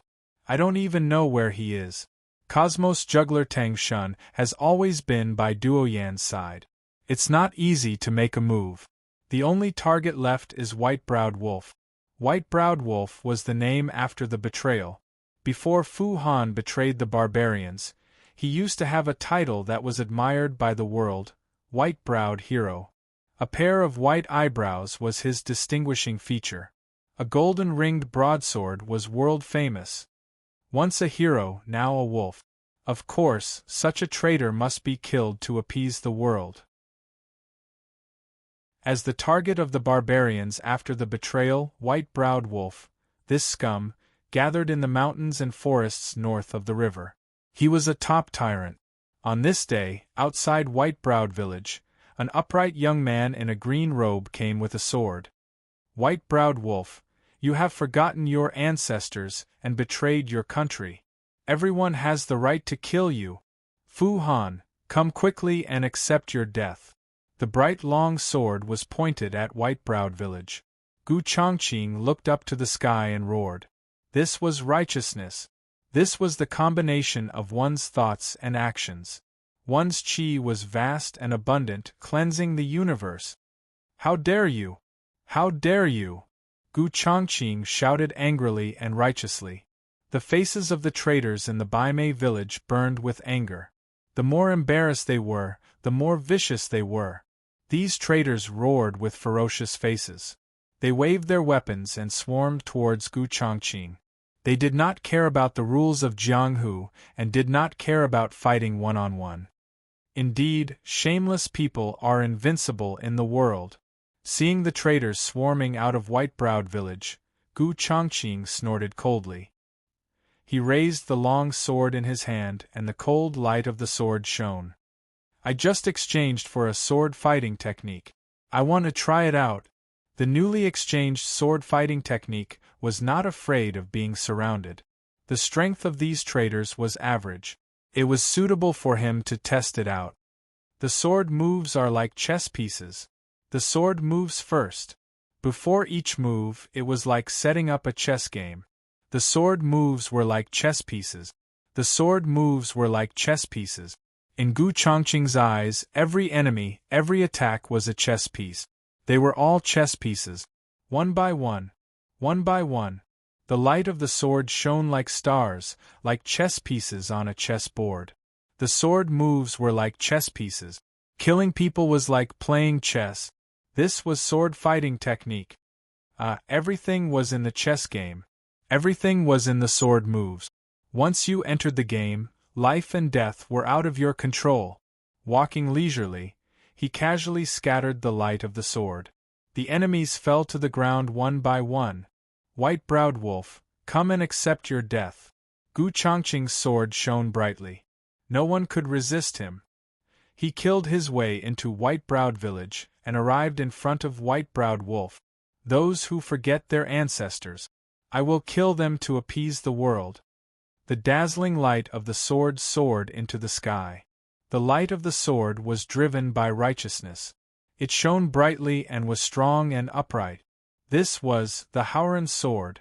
Mencius said, I am good at cultivating my righteousness. Using righteousness to destroy evil. One sword to shock the world. Chapter 772. A gentleman's sword would rather break than bend. A strong and upright sword. A sword that would rather break than bend. Under the influence of Gu Chongqing's righteousness, this sword seemed to carry the righteousness of heaven and earth. With a stab, the sword intent burst out. A strong and upright sword intent. A sword that would rather break than bend. A passionate and impassioned sword intent. A righteous and awe-inspiring sword intent. Under this sword, the former white-browed hero trembled.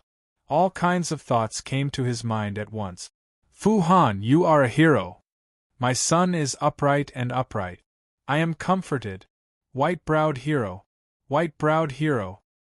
White-browed Fu, a dragon among men, upright and upright. worthy of the name of a hero. In an instant the past glory, and the past admired by countless people all came to his mind. I once had justice too. When did I fall to this level? For a moment, the white-browed hero was stunned. This was the Howran sword.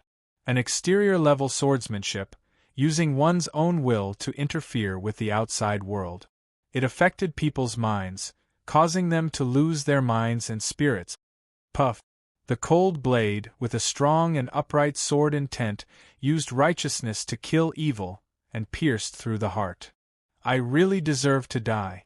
Thinking of what he had done after betraying his country and being affected by the Howran sword, the white-browed hero looked distressed. He looked at the righteous young man in front of him with a complicated expression. When China is in turmoil, there are always heroes who sing songs of sorrow. Unfortunately, I can't fight with you side by side. The white-browed hero let out a long sigh and passed away. A day later, the world was shocked. Master Chongqing, with only a sword, wiped out the white-browed village and killed the white-browed wolf. 2 of the 4 traitors have been eliminated. All the upright people in the world are clapping their hands in joy. A man like Gu Chongqing, one sword to eliminate evil and shock the world. Master Chongqing is our role model. Gu Chongqing's fame was unparalleled in the world. Master Chongqing? Gu Chongqing? A few samsara travelers who suddenly appeared in this world looked at each other when they heard the name, Master Chongqing. No way? Did you run into him again? The Shaolin monk Zhending, also known as the time traveler Little Meng, rubbed his bald head, blinked his eyes, and smiled helplessly. Gu Chongqing killed Guan Howran and Fu Han? The 2 of them should be at least 4 apertures or above, right? Gu Chongqing's strength is indeed extraordinary. Jiang Jiwei touched the long sword at her waist, eager to try. I wonder how strong Gu Chongqing's swordsmanship is. I really want to try it. Our mission is to send a message to Shaolin. Then, they will help the Shaolin Temple resist the barbarians' attack. Judging from Gu Chongqing's actions, his mission should be to get rid of the traitors. It doesn't conflict with us. After analyzing the situation, Zhang Yuanshan glanced at the crowd and said, "This is the Windcloud Heights at the foot of the Shaolin Temple. At this moment, heroes are gathering and the wind and clouds are rising. Everyone must be careful." Indeed. Jiang Jiwei nodded and continued the conversation.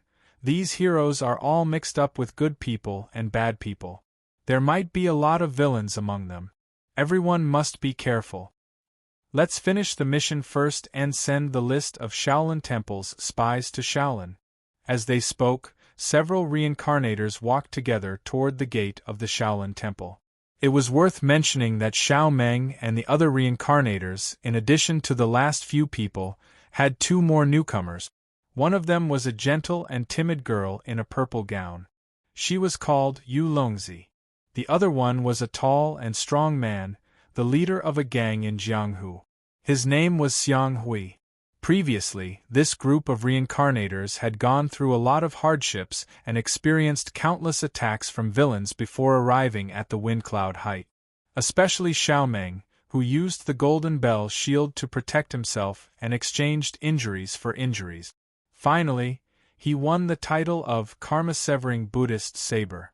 Xiao Meng, who yearned for a white robe and a frosty sword chi, had been fighting with his enemies in the image of reckless monk all the way. It was a tear-jerking experience. How could there be such scum in Shaolin? The old abbot of Shaolin, Master Xing, was holding the list handed over by Xiao Meng and the others. His skinny hands were trembling slightly, and his gray beard was trembling with anger. Looking at his breathless appearance, it was very worrying. Would he not be able to catch his breath? "Thank you so much, benefactors."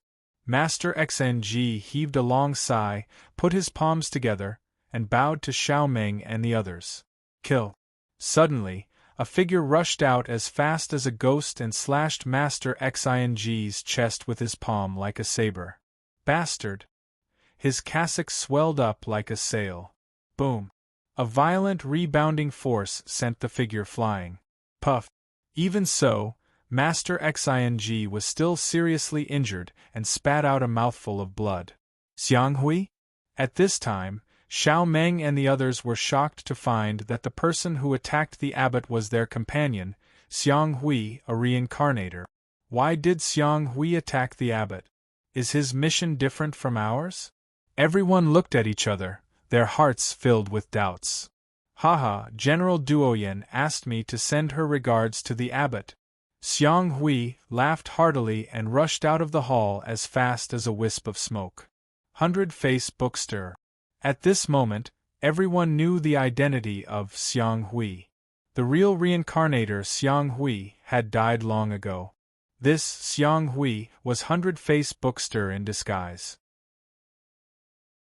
100-Face Bookster Kuang Chengwang. I've been looking for you for a long time.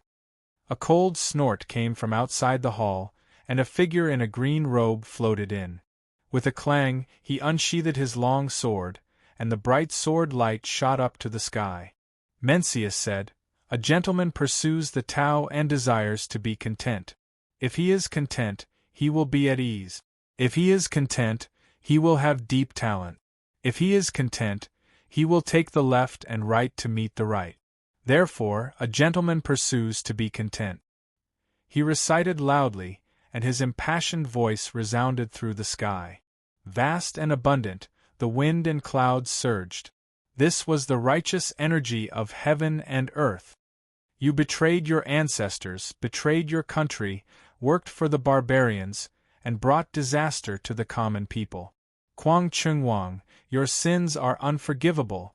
With a righteous rebuke, a righteous sword aura shot up to the sky, and the sword illuminated the 9 provinces. This sword was brilliant and brilliant. This sword was just and honorable.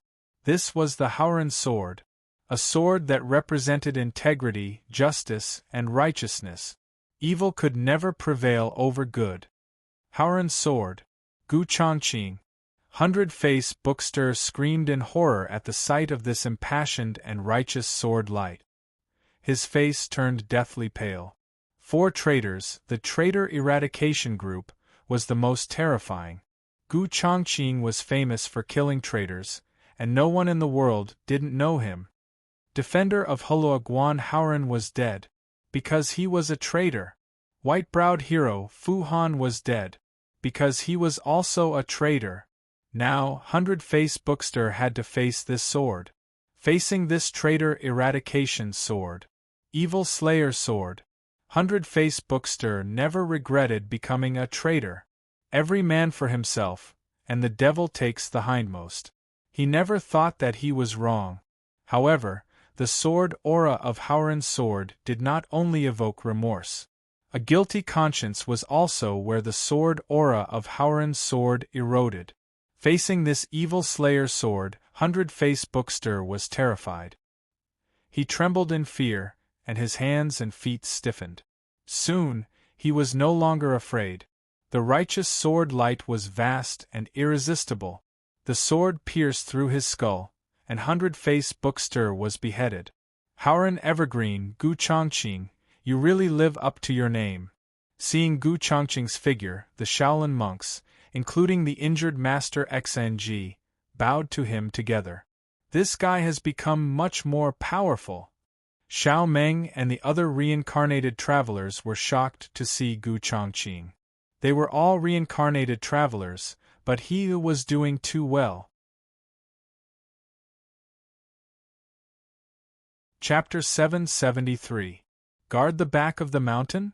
After negotiating with the Shaolin Temple, the Samsara travelers got a task of guarding the back of the Shaolin Temple. In fact, the Shaolin Temple had already planned to run away. Master Xing's strength was not as good as the barbarian General Duoyen. Coupled with the sneak attack of the 100-Face Bookster, Master Xing was seriously injured and could no longer stop the barbarian General Duoyen. In this case, keeping the monks of the Shaolin Temple alive and making a comeback in the future is an inevitable choice. However, the heroes of the world gathered in the Shaolin Temple to fight against the invasion of the barbarians.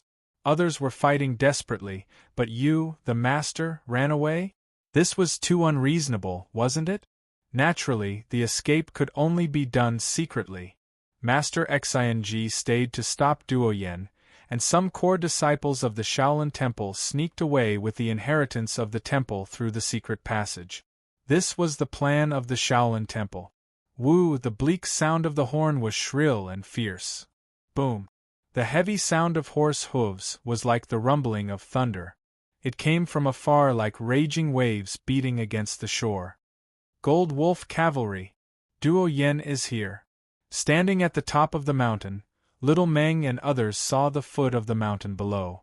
300 Gold Wolf Cavalry, wearing steel armor, holding long spears and wearing ghost helmets, swept over like a raging tide. Boom! The man in the lead was 8 feet tall, with muscles all over his body. His chi and blood were mighty like a dragon. This man was the barbarian general, one of the strongest immortal realm masters in the world, barbarian dragon Duo Yan. Duo Yan rode on a black horse and punched at the gate of the Shaolin Temple. Crack! The punch resonated with heaven and earth. The power of the exterior realm could interfere with heaven and earth. Under this punch, thunder and lightning flashed and roared. A dazzling electric light, like a silver thunder dragon, hit the gate of the Shaolin Temple with a boom. Smash! Burst!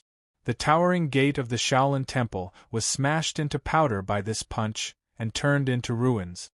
Kill! Destroy the Shaolin Temple! Duo Yan waved his hand and led the 300 Gold Wolf Cavalry to sweep out like a storm, crushing fiercely.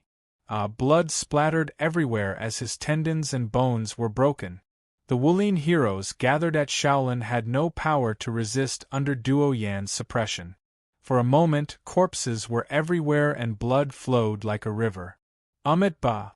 Lay down the butcher's knife and become a Buddha! A Buddhist chant reverberated like thunder. Dazzling golden light shone. As the Buddhist light shone, the golden light condensed into a huge golden Buddha statue. All forms are not forms. All living beings are not living beings. Amidst the chanting, the golden Buddha statue pressed down with its palm.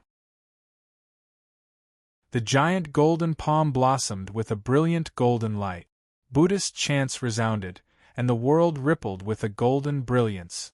Golden lotuses floated down, and the Buddhist light was vast and mighty, saving all living beings. Formless wisdom? A dignified look appeared on Duo Yan's face. She reached out and grabbed a huge war hammer from the warhorse. With a roar, she smashed the hammer against the giant golden palm. Crack! Endless lightning flashed. Duo Yan's war hammer actually burst with dazzling lightning, as if it was a hammer of Thor. Boom! The thunder hammer and the golden palm violently collided, causing an earth-shattering noise.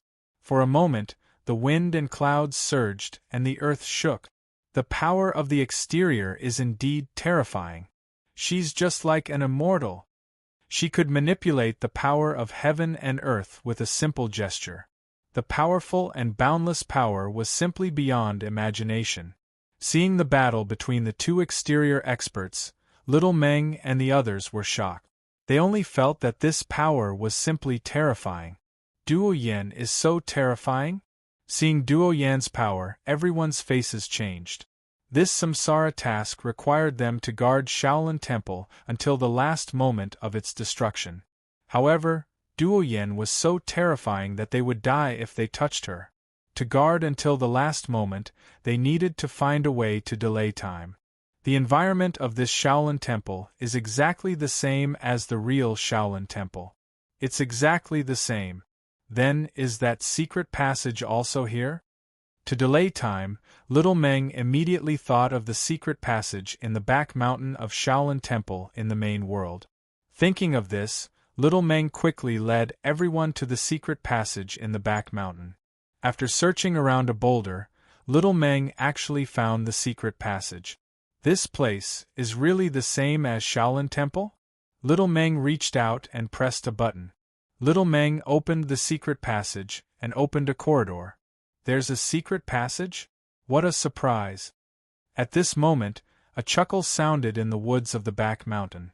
A young man with sword-like eyebrows and starry eyes slowly walked out. He smiled and cupped one hand in the other before his chest. I'm Tang Shun, nicknamed Universe Juggler. I'm here to send you to see the Buddha of Western Heaven, Namo Amitabha. Tang Shun? One of the 4 traders in the world, Tang Shun, Universe Juggler, was famous in Jianghu for his hidden weapon skills.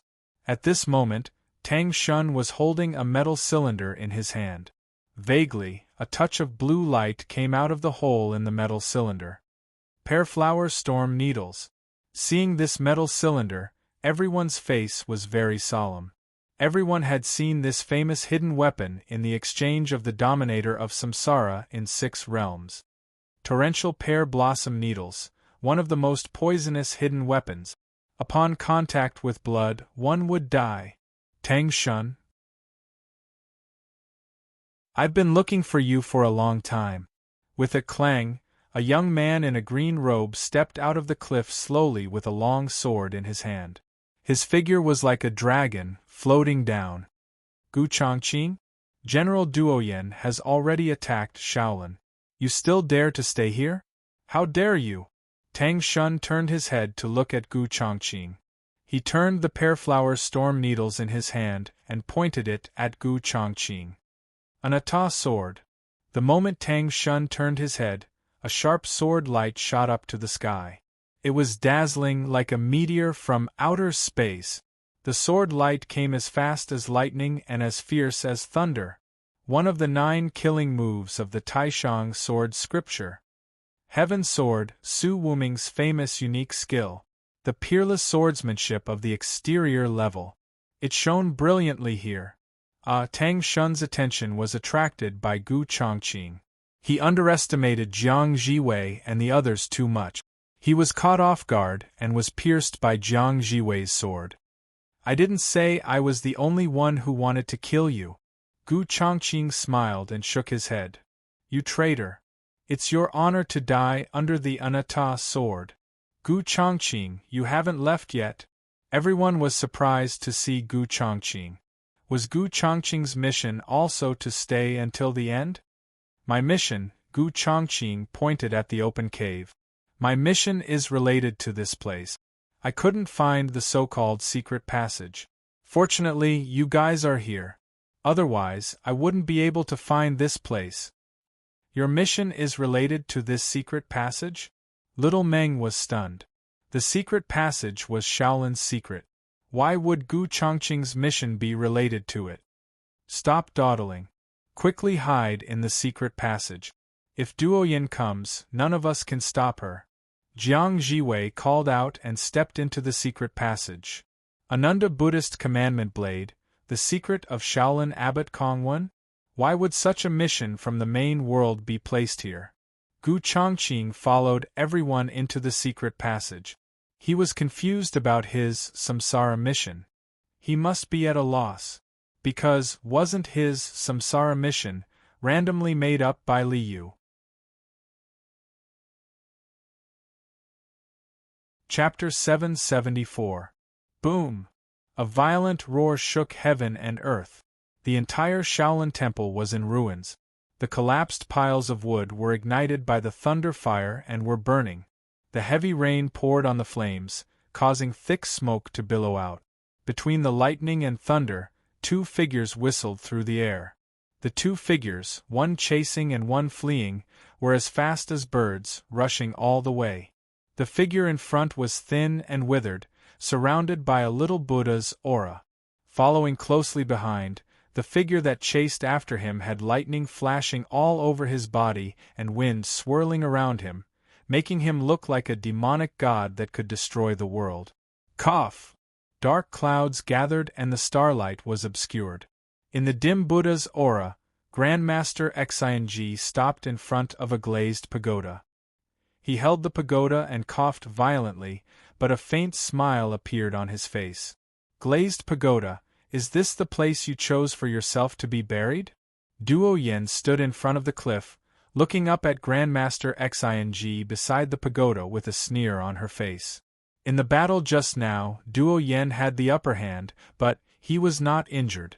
On the left side of Duo Yan's chest, her clothes were torn, and there was a clear handprint, deeply sunken, as if it was cast in gold. However, Grandmaster Xing was even more miserable. In Grandmaster Xing's chest, there was a huge hole, as if his body was punched through by a punch. Benefactor, this is old monk's place of nirvana, and also the place of benefactor's salvation. Grandmaster Xing had a faint smile on his face. His voice was ethereal and peaceful.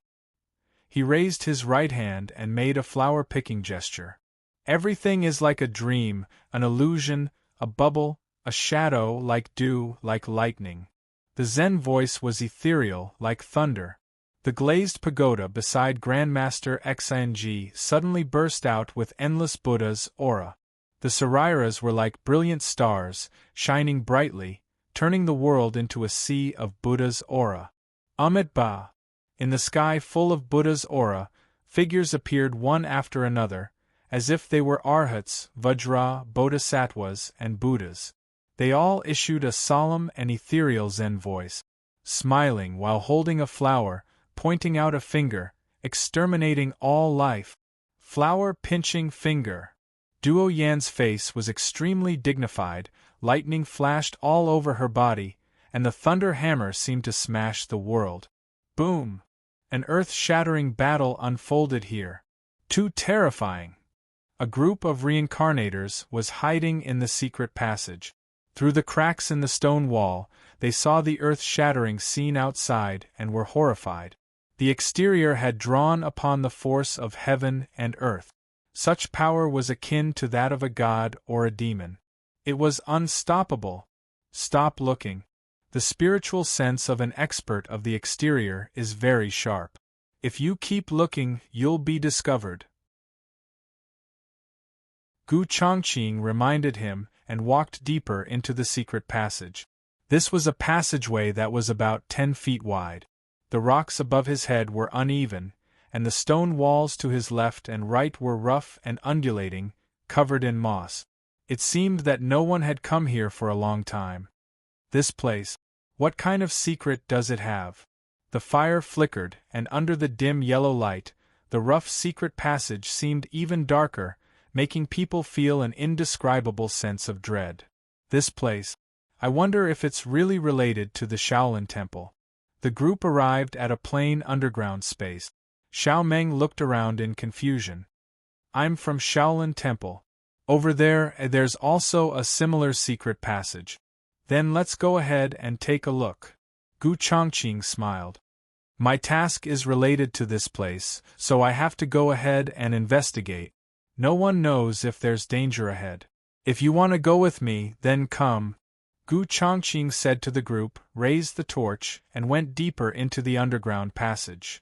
Since this place is related to the Shaolin Temple, we won't go. The other samsara travelers did not want to get involved with the secrets of the sect, but it had nothing to do with their own task. For the sake of Xiao Meng, the monk Zhen Ding of Shaolin, the other samsara travelers did not want to get involved with the secrets of the Shaolin Temple.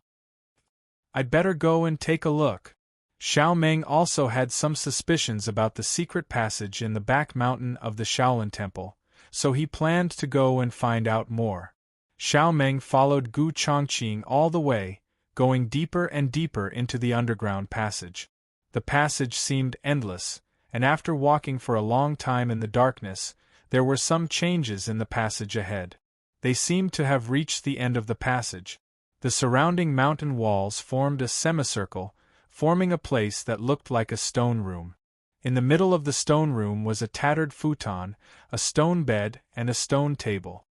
Is this a place where a master lives in seclusion? Xiao Meng was surprised, and he became curious about the stone room.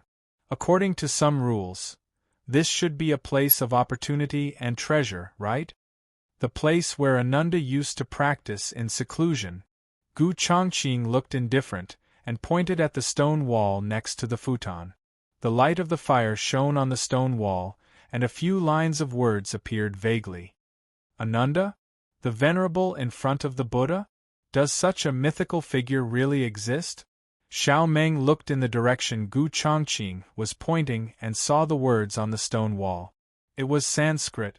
Xiao Meng was a monk, so he was familiar with Sanskrit. With the help of the fire, he quickly recognized the word. If you don't enter the world of mortals, experience the sea of suffering, and don't recite the commandments, how can you know the true meaning of the rules? How can you see through the illusions of the world? How can you see your own Buddha nature? How can you prove the emptiness? In addition to these words, there was a signature at the bottom. It's really Ananda the Venerable? Meng Qi was so surprised that he could not close his mouth. The Venerable in front of the Buddha, a mythical figure, actually existed? It was not a myth? Ananda, the Sanskrit name, was written with dragon and snake strokes. There was a hint of sharpness and tranquility hidden in it, as if it was endlessly mysterious. Here, in a trance, Xiao Meng seemed to be enlightened. He walked to the stone wall and reached out to touch the Sanskrit name, Ananda. If I were you, I wouldn't be so reckless. Gu Chongqing shook his head at Xiao Meng, indicating that he should not touch it. However, Xiao Meng seemed to have lost his mind. The moment Gu Chongqing reminded him, his hand had already touched the name, Ananda. Clang, the sound of a knife shook the world. Xiao Meng only saw a flash of knife light in front of his eyes. It was like a cold moon in the sky, like frost.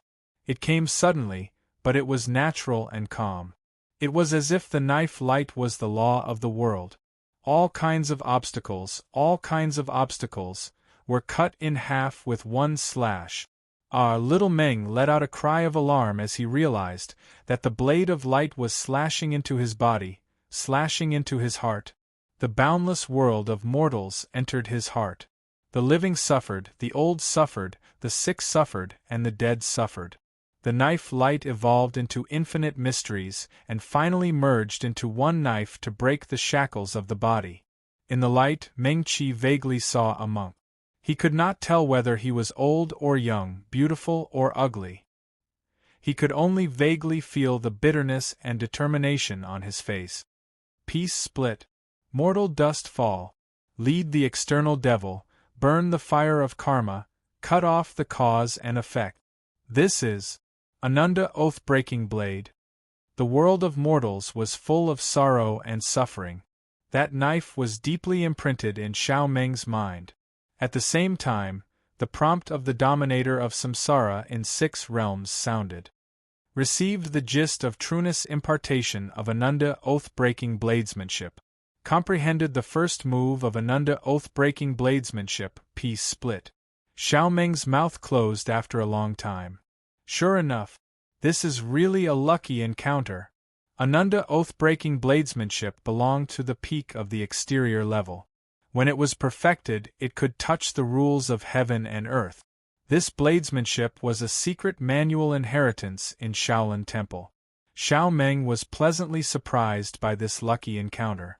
The exchange price of Ananda oath-breaking bladesmanship with the dominator of samsara in 6 realms was 9,000 karma points.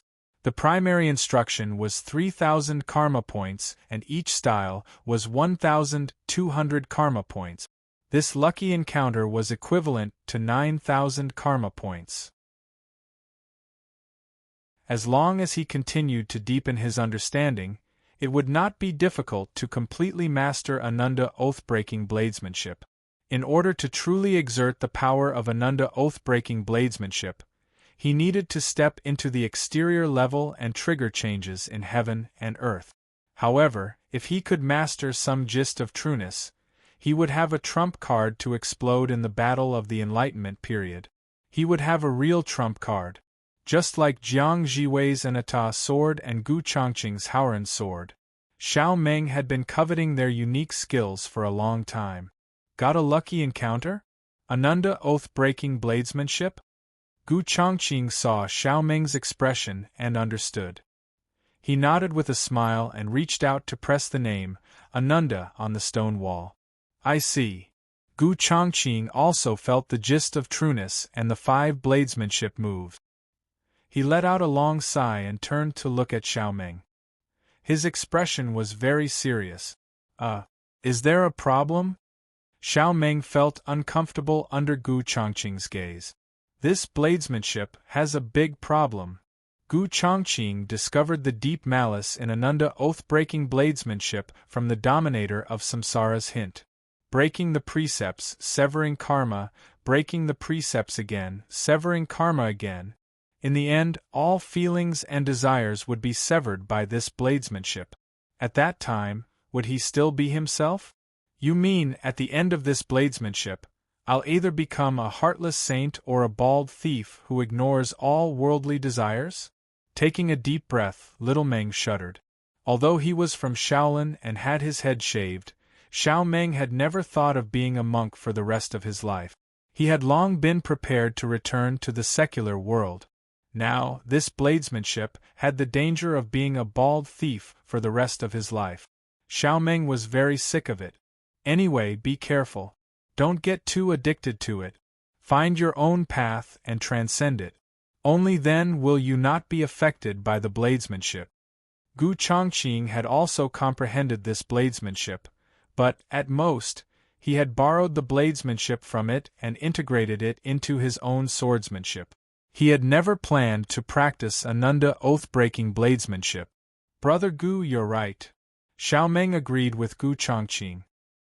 He looked up and scanned the stone room. In a corner, he found something that looked like a stone door. It looked like a door-shaped carving on the stone wall.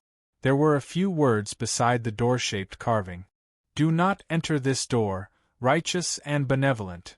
As he read this sentence, Xiaomeng subconsciously reached out his right hand and gently pressed on the stone door. He wanted to feel if he could open it. As soon as his hand touched it, endless coldness and terror rushed into his heart like a raging tide. A sea of blood filled the sky. Corpses were everywhere. Evil spirits and demons were everywhere. It was like hell. Boom!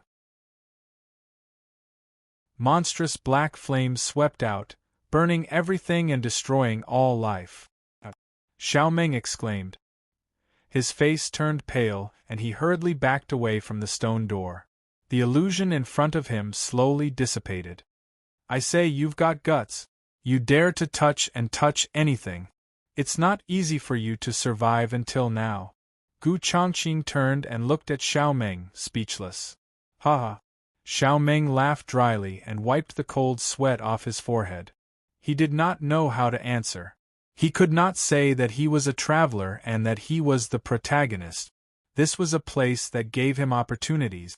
There was no danger. He looked at the stone door with lingering fear. There was a thumb-sized hole under the stone door. It was so deep that he could not see the bottom. It was as if the hole had penetrated the ground and reached the underground lava. Through the small hole, one could see that there seemed to be endless flames burning inside. Ungrateful person, kill. Around the hole, there was a string of small characters. It seemed to be the handwriting of a woman. There was a story here. Xiaomeng naturally thought of some gossip. A strange smile appeared on his face. Behind this door is the location of my mission? Gu Chongqing looked at the stone door and frowned. Judging from the aura on the stone door, it was very dangerous. What was the secret behind the stone door? Chapter 775. What's behind the door? Little Meng looked at the stone door and frowned with lingering fear. I don't know. However, my mission is just behind the door, so I can only go in. Gu Chongqing walked to the stone door and took a deep breath. He reached out and pressed the door. Boom! It was as if a bolt of lightning had exploded in his mind. Endless scenes of hell flooded his mind. Blood, violence, darkness, terror.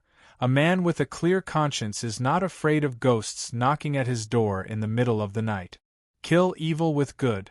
Controlling his mind with the sword intent of Howren's sword, he waved his sword, which was full of vigor and clarity. The scene of hell in front of him instantly disappeared. But he still couldn't open the door. Secret door found. 100 karma points are needed to open it. Do you want to open it? The voice of Samsara Master suddenly sounded in his mind. Gu Chongqing was stunned. He could use karma points to open the secret door? Any place was behind the secret door. He couldn't open it with his own ability, so he had to use karma points to open it. Open. With a thought, 100 karma points were deducted. The door in front of him creaked and opened slowly. It was dark in front of him. There was only Gu Chongqing in the world. Other than that, there was only endless darkness. Around him was a black land stained with blood. There were rotten corpses everywhere. It was like hell. People's hearts are dark and their natures are evil. Once you enter this door, you see yourself. Friendship and kindness are gone.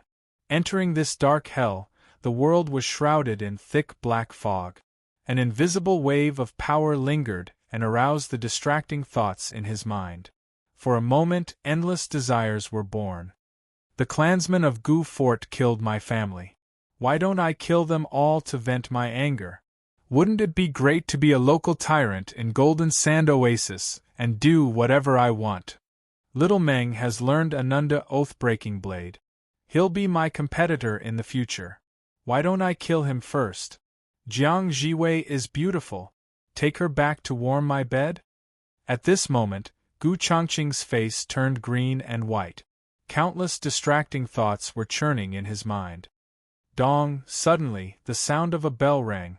It was like a morning bell, waking Gu Chongqing up from his lust. In Gu Chongqing's mind, the radiance of the Lord of Samsara was like a bright moon, illuminating Gu Chongqing's sea of consciousness. This place is indeed terrifying. Gu Chongqing almost lost his mind because of all the distracting thoughts in his head. If it weren't for the power of the Lord of Samsara, Gu Chongqing would have sunk into the sea of lust and become a demon. I'm not purely a good person, nor am I purely a bad person. There was no such thing as absolute goodness unless one was a saint. Unless it's a heavenly devil, there's no such thing as absolute evil.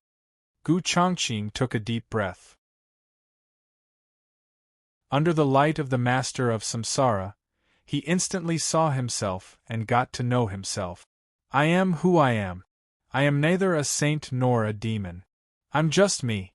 Good thoughts are me, evil thoughts are also me.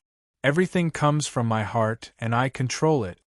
Gu Chongqing recognized himself and no longer struggled with good and evil. He calmly faced the darkness in his heart and also calmly faced the kindness in his heart. Everything was normal. His mind was clear, and there was no more darkness in front of him. There was only a mountain that he couldn't see the end of. This mountain was very strange. It seemed to be stacked with steps, and was obviously divided into 7 levels, like a 7-level pagoda. This place has something to do with the Ananda Oath-Breaking Blade? Gu Chongqing walked to the front of the mountain. On the first level of the mountain, Gu Chongqing clearly felt the breath of the Ananda Oath-Breaking Blade. Peace, quietude, split. Mortal dust fall. External devil. Karma. Karma severance. The 5 bladesmanship can be counted as 5 levels. Then what are the 6th and 7th levels? In his mind, the radiance illuminated the entire sea of consciousness. His mind was clear and untainted. Gu Chongqing stepped onto the first level and stepped into the blade intent of the peace-quietude split. No peace. No peace. Under this blade intent, endless desires grew and entangled, and he would never be able to find peace. Fortunately, the radiance of the Lord of Samsara blocked them. Gu Chongqing's mind was shrouded in the radiance, and he was not eroded by the desires. He crossed the first level and stepped onto the second. Mortal dust fall. The boundless secular world was in chaos. It was not lust, nor was it evil thoughts. It was just an ordinary life in the mortal world. The father was kind, the son was filial, and the house was full of children and grandchildren. The husband worked hard to make a living, and the wife looked after the children and took care of the house. Ordinary and warm, ordinary and natural. However, it was this ordinary life in the secular world that destroyed the Taoist heart. His parents were old and weak. How could he bear to abandon them? His wife worked hard without complaint. She served his parents, looked after the children, and took care of the house. How could he bear to abandon them? His children were young and weak. How could he bear to abandon them? The kindness of parents, the love between husband and wife, family, friendship, and love were endless. All these, how could he bear to abandon them? This was the secular world. Once you fell into the secular world, you would never be free. The husband's heart is like iron, the wife's will is like a furnace. The secular world is indeed a sea of bitterness. Under the radiance of the Lord of Samsara, Gu Chongqing's mind was not lost. Although his heart was still throbbing, he did not really sink. Holding the hilt tightly, Gu Chongqing stepped forward with his head held high. External devil. This was the enemy of the past, present, and future. Karma. This was all the sins of his life. Stepping on an ant to death was a sin in the eyes of Buddhists. How many ants had Gu Chongqing stepped on in his more than 10 years of life? How many sins had he committed? Endless karma wrapped around him, as if it wanted to pull him into the deepest hell. The fire of karma burned, as if it wanted to turn everything into ashes. Few, the bright and pure radiance in his sea of consciousness allowed Gu Chongqing to maintain his consciousness. He was not eroded by the saber will, and did not fall into the external devil's invasion and the karma wrapping around him. This is the 5th level. In front of him were endless lines, entangled and tangled in a mess. These were all karma. Fortunately, one of the karma lines was like a brilliant golden bridge that allowed Gu Chongqing to transcend all entanglements and karma. It was as if he was walking in the air, undisturbed. This karma line came from the Lord of Samsara? This is the biggest karma of my life. From the scene in front of him, it seemed that this karma line was a path to heaven, a smooth path. What is the Lord of Samsara's purpose? What effect does this karma of mine have? At this moment, the Lord of Samsara was Gu Chongqing's biggest help. He could only leave the karma for later. Following the brilliant karma line, Gu Chongqing stepped on the path to heaven, transcended karma, and reached the other side. He passed through the 5th level in an instant and arrived at the edge of the 6th level. Amitabha. In the endless darkness of the 6th level, there was a figure standing tall. This person was shining with the light of Buddha, and the brilliant light of Buddha turned into a golden arhat. This arhat was about 16 feet tall and seemed to be made of gold. He stepped on an evil dragon and had a Buddhist wheel on top of his head. This was Arhat Taming Dragon. Amitabha, I am Kongwon. Greetings, benefactor. The Luohan who was trapped on the 6th floor saw Gu Chongqing and greeted him with a Buddhist chant. Kongwon? The abbot of Shaolin? You? Why are you here? The Arhat Taming Dragon trapped on the 6th level was actually the abbot of Shaolin Temple in the main world, Master Kongwon. Gu Chongqing was dumbfounded. Master Kongwon, 3rd on the heaven list, had achieved the golden body Dharma form and the golden body of Arhat Taming Dragon. He was the top existence in the world, the existence that could move mountains and fill seas. He was actually trapped in the world of samsara? Then, who was the Master Kongwon in Shaolin Temple now?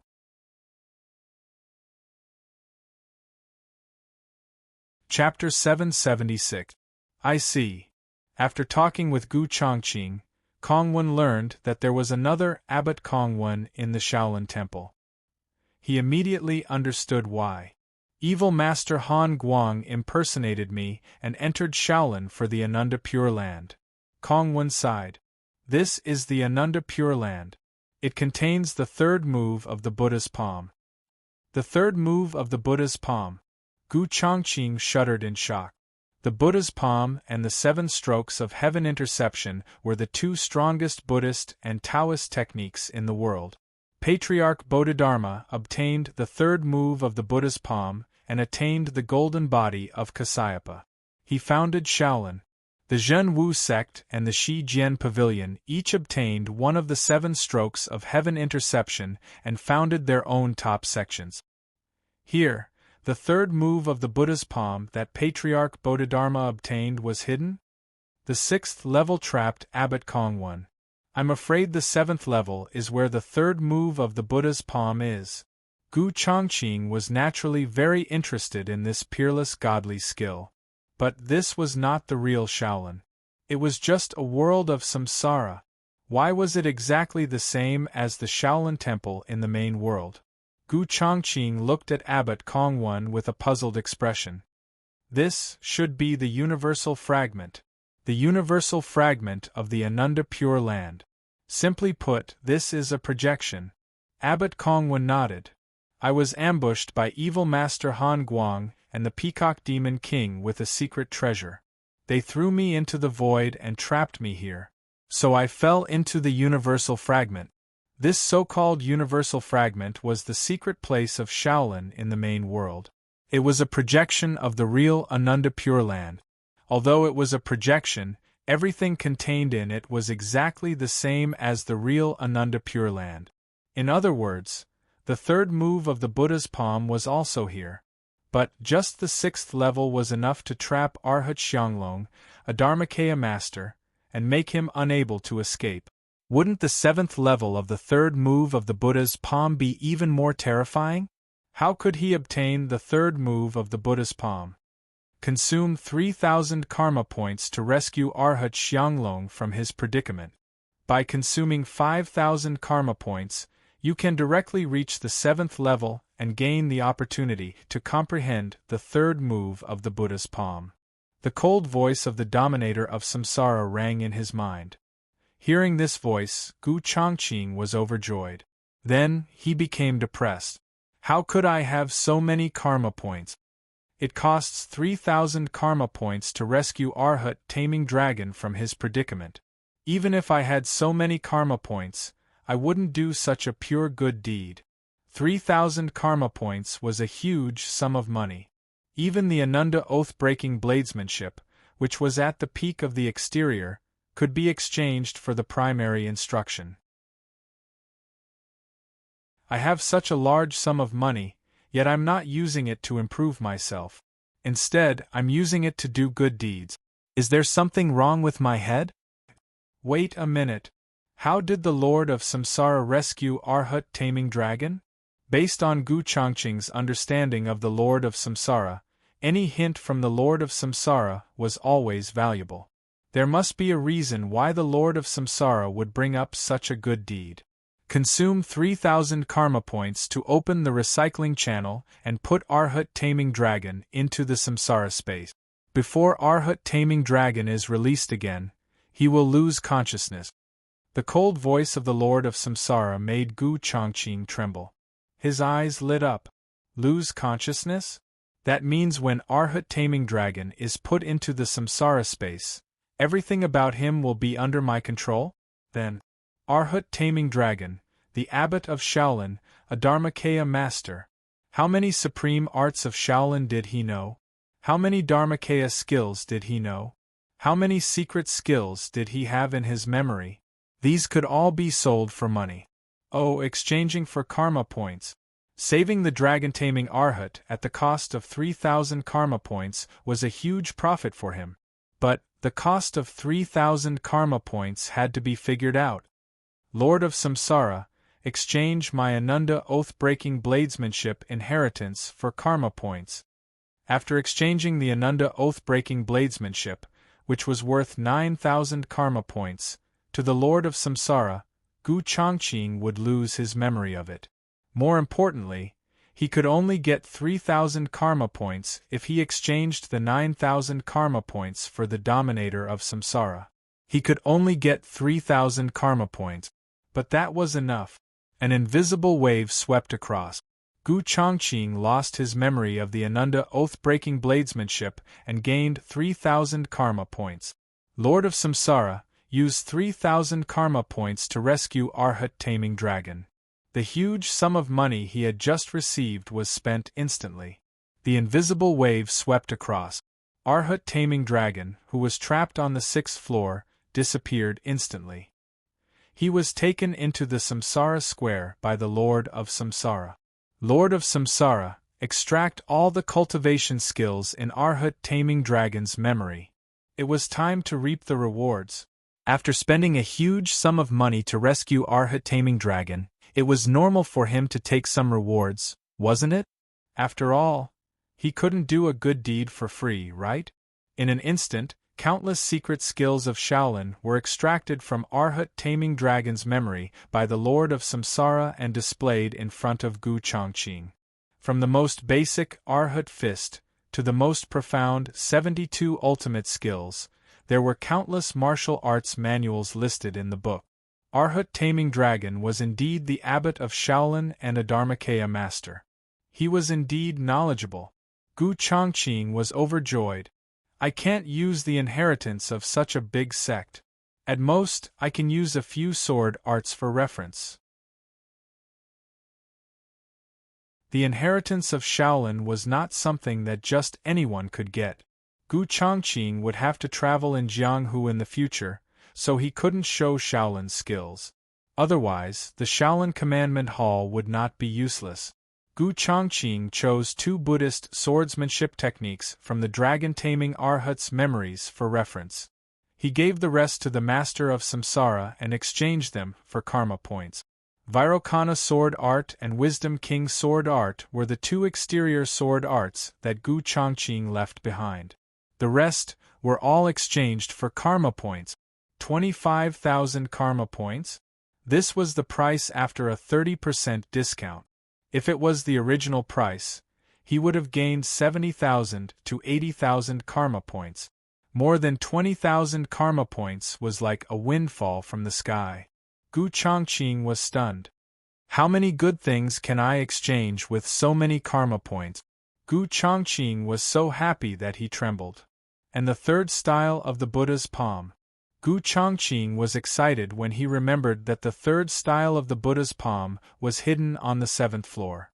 With such a huge amount of money in hand, 5,000 karma points were nothing to him.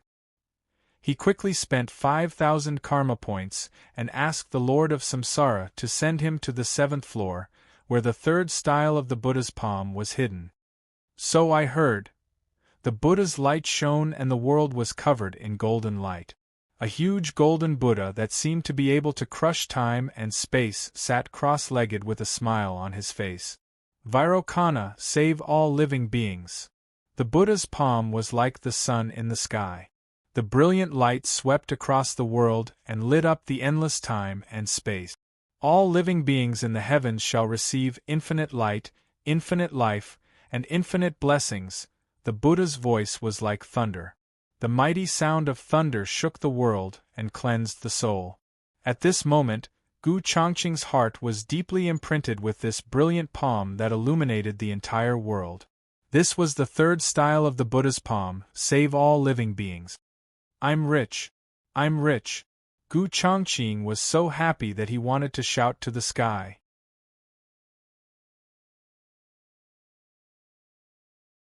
Chapter 777. Gu Chongqing, why did you disappear? When Gu Chongqing left Ananda's Pure Land, a beam of light flashed by and he appeared outside the stone door of the secret passage. Little Meng saw Gu Chongqing and quickly went forward to ask. Gu Chongqing had disappeared and then reappeared in front of him. Little Meng was shocked and didn't know what had happened. Gu Chongqing pointed at the stone door behind him and smiled. I went behind the stone door. There is a test of the heart in the mortal world. It has something to do with Ananda oath-breaking blade. It's still dangerous for us. In fact, without the help of the Master of Samsara, Gu Chongqing couldn't even get through the door. Even if he did, he would die in the blink of an eye. This projection of Ananda's Pure Land was not something that they could provoke with their current strength. It is indeed dangerous. Little Meng broke out in a cold sweat when he felt the aura on the stone door. It must be even more terrifying behind the stone door. It was already a miracle that Gu Chongqing could come back safely. I don't know if Duoyen will find us. Let's go back. As they spoke, they went back along the underground passage. Not long after, they met up with Jiang Jiwei and the others and returned to the entrance of the cave. You're back? Is there any danger inside? Jiang Jiwei greeted Gu Chongqing and Little Meng with a smile. Not really. It has something to do with Ananda Oath-Breaking Blade. I got the inheritance of Ananda Oath-Breaking Blade. Little Meng told them what he had gained without hesitation. So it's the land of inheritance. Jiang Jiwei and the others nodded and didn't ask any further. It wasn't convenient for them to ask about the details of the land of inheritance, so they didn't mention it again. At this time, danger appeared. Boom! There was a loud boom and the earth shook. Even the people hiding in the cave felt the earth shaking violently. Dust flew and gravel flew everywhere. Outside the cave, in the back mountain of Shaolin, the battle between Master Xing and Duoyen had officially ended. In the loud boom, the golden Buddha statue exploded and turned into Buddha's light, dissipating between heaven and earth. Master Xing, who had sacrificed himself for the attack, also turned into light and disappeared. He didn't even leave behind his Saraira. As for Duoyen, she was also heavily injured at the moment. His right arm had disappeared, and a large part of his chest had caved in. Blood kept spurting out of his mouth. Xing is dead. Shaolin Temple is about to be wiped out. No one in the world can stop our conquest. Although Duyen's figure was straight, her whole body was trembling and beads of sweat rolled down her forehead. She didn't look relaxed. There are still survivors here. Even though she was seriously injured, with Duoyan's spiritual sense, she still found the traces left by the people who had opened the secret passage. Duoyen followed the traces and soon found the boulder where the secret passage was located. The secret passage of the Shaolin Temple? With such a secretive mechanism, the person hiding inside must not be simple, right? The remnants of the Shaolin Temple naturally had to be exterminated. They could not be given a chance to make a comeback. Expressionless, Duoyen walked to the side of the boulder. She carefully searched the boulder for the mechanism. It's just a secret passage. How can it stop me? In a moment, Duoyen found the mechanism to open the secret passage. She reached out and pressed it. The mechanism opened. Zap, zap, zap. The sound of the secret door opening came from the entrance of the secret passage. The secret passage? Is it Duoyen? Everyone was shocked. Through the gap of the stone door, they saw the figure with a hideous smile outside the door. Duoyen is here. Everyone's heart tightened. They suddenly stood up and pulled out their weapons. Their faces were dignified and they were ready for battle. They could only fight with their lives on the line. Even though Duoyen was also seriously injured after the battle with Master Xing, the power of the exterior was not something they could resist.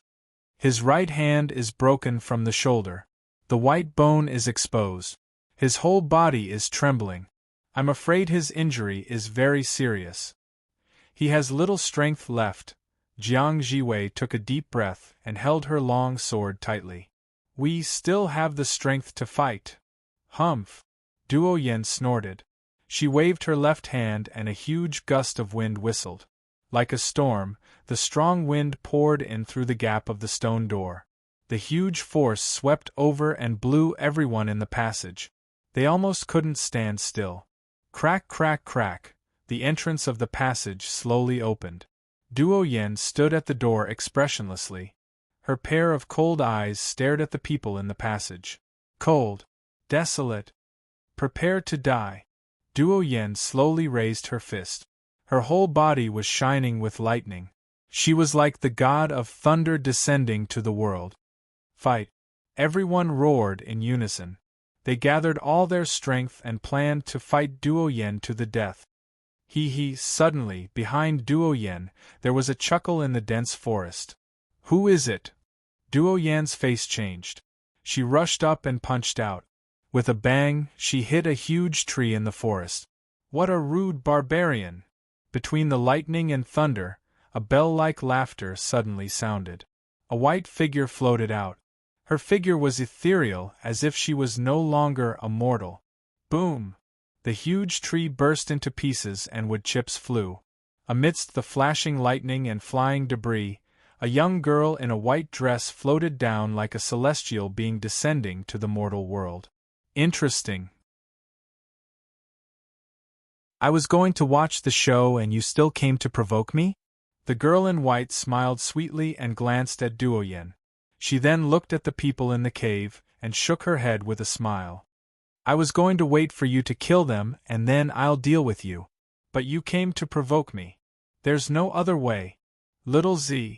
Little Meng and others were surprised to find that the girl in white was the newcomer. Yulongzi. Little Z? I'm not Little Z. The girl's beautiful eyes turned and looked at the people with a faint smile. I'm Gu Xiaosang. Gu Xiaosang? Demonis Gu Xiaosang of Grand Luo. Zhang Yuanshan and Jiang Jiwei, the two disciples from Big Sex, heard the name Gu Xiaosang and their faces were solemn. It was as if this girl with a sweet smile was more terrifying than the demonic Duo Yen. Great General, why don't you kill them first? Gu Xiaosang stretched her hand and pointed to the people in the cave. Then, I'll come and kill you, okay? Just you. Duo Yen shouted angrily. His whole body flashed with lightning.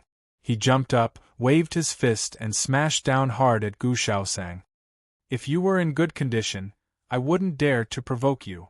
But now, how much strength do you have left? 30%, 20%, or 10%? Gu Xiaosang tapped her feet and her figure flew up, avoiding Duo Yan's fatal blow. Even so, killing you is like crushing an ant. Duo Yan raised his fist in anger and roared to the sky. His momentum was mighty and overbearing, as if he didn't take Gu Xiaosang seriously at all. Then, he ran away. He ran away as he said. The mighty and arrogant great General Duo Yan suddenly ran away. You can't run away. Gu Xiaosang laughed. Her figure floated like a ghost. In a flash, she caught up with Duo Yan. She stretched out her delicate hand, formed a sword with her fingers, and leisurely pointed between Duo Yan's eyebrows. The world of mortals is like a prison. All living things are suffering. The cycle of reincarnation is endless. Have mercy on my people. God descends from heaven. Ajati matriarch, vacuum hometown. The leisurely voice was like a fairy singing, but also like the prayers of all living things. It was ethereal and mysterious. Ajati matriarch, vacuum hometown. With one finger pointed, it was as if all living things in the world had fallen into the final nirvana, the final destination. Tranquil and peaceful. Ajati finger. The reincarnators in the cave were horrified at the sight of this finger, and their eyes were filled with deep fear. Demonis Gu Xiaosang of Grand Luo was more terrifying than the legend.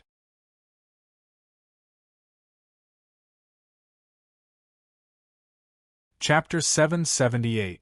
Ajati Matriarch, Void Hometown. The ethereal voice reverberated in her ears, and the slender hand pointed in front of her eyes. At this moment, Duo Yan's whole body shook, as if her soul had left her body and returned to eternal peace. Gu Xiaosang's white jade-like fingertip seemed to cause time and space to collapse, turning into a deep but serene black hole. Void Hometown, the home of all living beings. Gu Xiaosang pointed and Duo Yan seemed to have lost her soul. She gave up resisting and dodging and went forward with a smile, like a wanderer who couldn't wait to go home. Is this witchcraft? Seeing this, little Meng opened his mouth wide and couldn't close it for a long time. Under Gu Xiaosang's finger, the powerful and boundless Duo Yan seemed to have no resistance. What was more shocking was yet to come. Ajati Matriarch, Void Hometown. Gu Xiaosong's fingertip touched Duo Yan's forehead and solemnly chanted a spell. Her voice was like a silver bell, clear and ethereal. Ajati matriarch, void hometown. When Gu Xiaosong chanted the spell, Duo Yan actually showed a peaceful and joyful smile, like a baby who had returned to her mother's arms. Buzz, there was a slight trembling sound. Duo Yan's body suddenly expanded like an inflated balloon. Then, it quickly shrank again. Her skin dried up and her muscles sunk. She turned into a hunched mummy. At the same time, streaks of bloody light condensed and converged between her eyebrows and poured into Gu Xiaosong's fingertip. Ajati matriarch, void hometown. Duo Yan slowly fell to the ground, but her mouth was still happily chanting the spell. Her voice got lower and lower until there was no more sound. Phew, Gu Xiaosong let out a long breath. She seemed to have been greatly nourished. Her white jade-like face became more radiant, bright and beautiful, like a fresh flower. Her eyes were like water, full of tears. Now, it's your turn. Gu Xiaosong, whose eyes were as clear as water and as beautiful as a flower, turned around with a sweet smile. Speaking of which, it's fate. Something happened to me and I was thrown to you as a newcomer. You true disciples of the famous Orthodox sects, I really want to kill all of you, but I don't have enough karma points, so I can only kill one to satisfy my craving. Who should I kill? It's so hard to choose. Why don't you choose one? After I kill him, everyone will go their separate ways. Anyway, we won't meet again. Gu Xiaosong's left index finger rested on her chin. Her willowy eyebrows were deeply furrowed, and there was a hint of resentment in her eyes. It seemed that this question was too annoying and had caused the beauty to worry. The so-called choosing one to kill was Gu Xiaosong's trick. In the face of life and death, everyone was selfish. Gu Xiaosong's karma points were only enough to kill one, so as long as one died, the others would be fine. In such a situation, it seemed like they could sacrifice an unimportant teammate? Demonis, don't try to sow discord. This kind of trick everyone saw through at a glance. After working together a few times, Little Meng, Jiang Jiwei, Zhang Yuanshan, and Qi Jingyan were already considered friends who would go through thick and thin together. Naturally, they would not fall for Gu Xiaosong's trick. Hee hee, you guys figured it out? Gu Xiaosong rolled her eyes and smiled sweetly. If you can't pick one, then I'll pick one myself. She stretched out her jade-like arms and pointed her slender fingers at everyone. Qi Jingyan, an ordinary disciple of the Huanhua sword sect. There's no value in killing him. It'll just stain my hands and waste my karma point. Gu Xiaosong curled her lips in disdain and her fingers swept over Qi Jingyan's body. Humph! Qi Jingyan snorted coldly and his face was gloomy. Although he knew that Gu Xiaosong was still trying to sow discord, Qi Jingyan was still very unhappy. He was unwilling to accept the humiliation. They were all samsara travelers. Why was he inferior to others? Was it just because his background was not as good as theirs? Zhang Yuanshan. Gu Xiaosong's finger stopped on Zhang Yuanshan and a smile appeared on her face. Among the secular disciples of the Zhenwu sect, the Zhang family is famous. It'll be interesting to kill you and then fake the method of the Zhenwu sect to stir up internal strife. But the value of killing you is still too small. Gu Xiaosong shook her head again. In this generation of the Zhenwu sect, you're probably the most useless one. You haven't even comprehended the sword style of the Zhenwu's 7 strokes scripture. Killing you is useless. Her smile was like a flower and her features were picturesque. But the words that came out of her mouth hid deep malice. Jiang Jiwei, I actually want to kill you the most. Her finger moved from Zhang Yuanshan to Jiang Jiwei. Since you've comprehended the Anatta sword, you'll definitely be extraordinary in the future. If I let you grow, you'll definitely be a great enemy of the Daluo sect. I'm just about to experience your Ajati finger. Jiang Jiwei pressed her long sword indifferently. She did not care about Gu Xiaosang's killing intent at all. The Anata sword is extraordinarily powerful. If I want to kill you, I'll definitely be attacked by you. Although I won't be seriously injured, it'll still be troublesome. Gu Xiaosang pondered for a moment and moved her finger from Jiang Jiwei to Little Meng. Master Zhending, actually, the one I want to kill the most is you. Really? What an honor. Little Meng was confused by Gu Xiaosang's words. According to his own position, he should be on the same level as Qi Jingyan, or maybe even worse. Even in the battle between good and evil, killing each other was a common thing. However, an ordinary Shaolin disciple like him, and a servant disciple at that, shouldn't be valued by the demoness of Daluo? You're very special. Gu Xiaosang's face actually blushed. Because little Z actually likes you. So, whatever she likes, whatever she wants, I'll destroy. These words were said through gritted teeth, and it was said with deep hatred. Hey!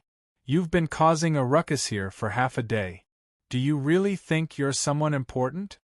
At this moment, Gu Chongqing, who had been watching from the side for half a day, could not stand it anymore. Your surname is Gu, so is mine. Don't embarrass the Gu family, okay?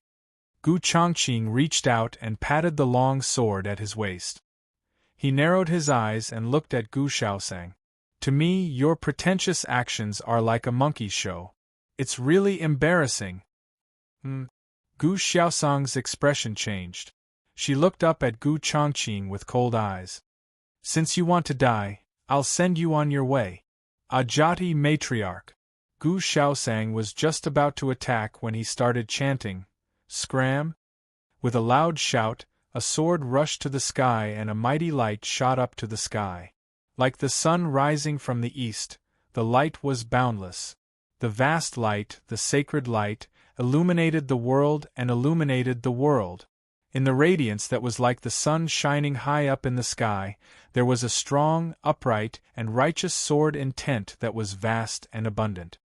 Heaven and earth have righteousness. Everything is manifold. Below are rivers and mountains.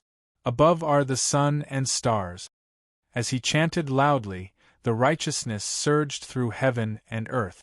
Towering mountains appeared in the light, towering and majestic as they stood proudly. The mountains were the backbone of the earth. Strong and upright, righteous and upright. Never bow down, never give in.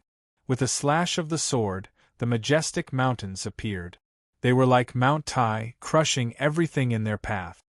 Exterior, Gu Xiaosang screamed. Her body swayed and she turned to run.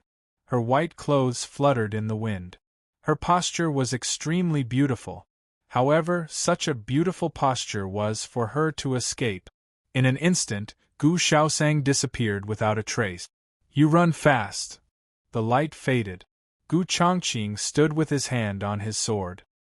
His aura was majestic and majestic.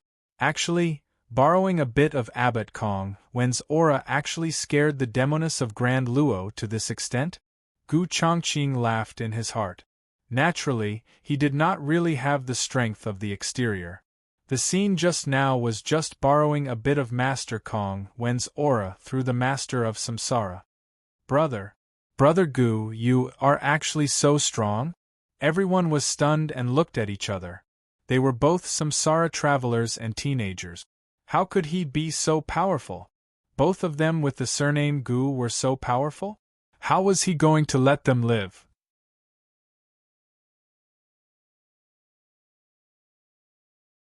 Chapter 779. Kill the Barbarians! Sword light flashed, and the Gold Wolf riders were beheaded. Not long after, the barbarians who invaded Shaolin were wiped out. They won the battle to protect Shaolin. It was normal for this to happen. The barbarian general Duoyen was killed by Gu Xiaosang, and Gu Xiaosang was scared away by Gu Chongqing. As a result, the strongest people in the entire Shaolin Temple became this group of reincarnators. Goodbye, everyone. After the mission, Gu Chongqing smiled and waved his hand. With a flash of light, he disappeared. The next moment, Gu Chongqing appeared in the Samsara Square. Master Kong-1, is he asleep? Returning to Samsara Square, Gu Chongqing saw Abbot Kong-1, Arhat taming dragon. He sat cross-legged on Samsara Square with his eyes closed, surrounded by a faint light as if he was asleep. In order to prevent outsiders from knowing about Samsara Square, I have blocked all of Arhat taming dragon's senses and put him in a deep sleep. Gu Chongqing was puzzled, but the Lord of Samsara immediately explained. Since we have rescued Master Kong-1, we can't keep him here. Also, it's not suitable for me to meet Master Kong when face to face. We have to think of a foolproof plan. The 6th level of Ananda's Pure Land could even trap Dharmakaya masters. With Gu Chongqing's ability, it was impossible for him to appear in front of Master Kong-1 as his savior. Otherwise, even I couldn't escape. How could you, a little guy in the Enlightenment realm, break the array? Can you save old monk? Even if Master Kong-1 was highly respected, he was not stupid. He must have some doubts. Moreover, Gu Chongqing couldn't explain this at all. He couldn't say that he sold him for a good price, could he? Lord of Samsara, do you have a way to throw Arhat taming dragon out unknowingly? Although Gu Chongqing had talked to Master Kong-1 on the 6th level of Ananda's Pure Land, he didn't reveal his true identity because of the array. Master Kong-1 only knew that someone had been here, but he didn't know who it was. If he could throw Master Kong-1 out unknowingly, Gu Chongqing wouldn't have to worry about exposing his secret or the existence of the Lord of Samsara. As for the future, when Gu Chongqing was strong enough, these problems would not be a problem. You can designate any location in the main world and directly teleport Arhat taming dragon out without exposing yourself or the existence of the Samsara space. Is that so? Very good. Hearing the Master of Samsara's introduction, Gu Chongqing rolled his eyes and a strange smile appeared on his face. I can choose the location at will? This matter seems like we can still play some tricks. Dragon taming Arhat, a Dharmakaya master, ranked 3rd on the celestial list. Such a figure was one of the top existences in the world. If the dragon taming Arhat was released in a place where the Immensity Sea horse bandits and evil sects were rampant, the consequences would be Abbot Kong-1, you have been trapped for many years. You don't mind waiting for 2 more days, do you? Evil Blade Zhe Luoju was the culprit who had killed Gu Chongqing's entire family in the future. Gu Chongqing had never planned to let him go. If he directly teleported Abbot Kong-1 to Evil Blade Zhe Luoju's lair, even if Master Kong-1 was merciful, he would still subdue the demon, right? More importantly, Evil Blade Zhe Luoju's master, the Crying Elder of the Grandmaster Realm, was a world-famous evil spirit. If Master Kong-1 encountered him, he would also exorcise the evil spirit, right? Dragon taming Arhat, you will soon subdue the demon. Gu Chongqing sneered in his heart. If he killed Evil Blade Zhe Luoju and the Crying Elder, the future, where his entire family died, would naturally not happen. After making up his mind, Gu Chongqing no longer cared about Master Kong-1's matter and focused on himself. I have gained a lot this time. I have earned a lot of karma points and can use them to improve my strength.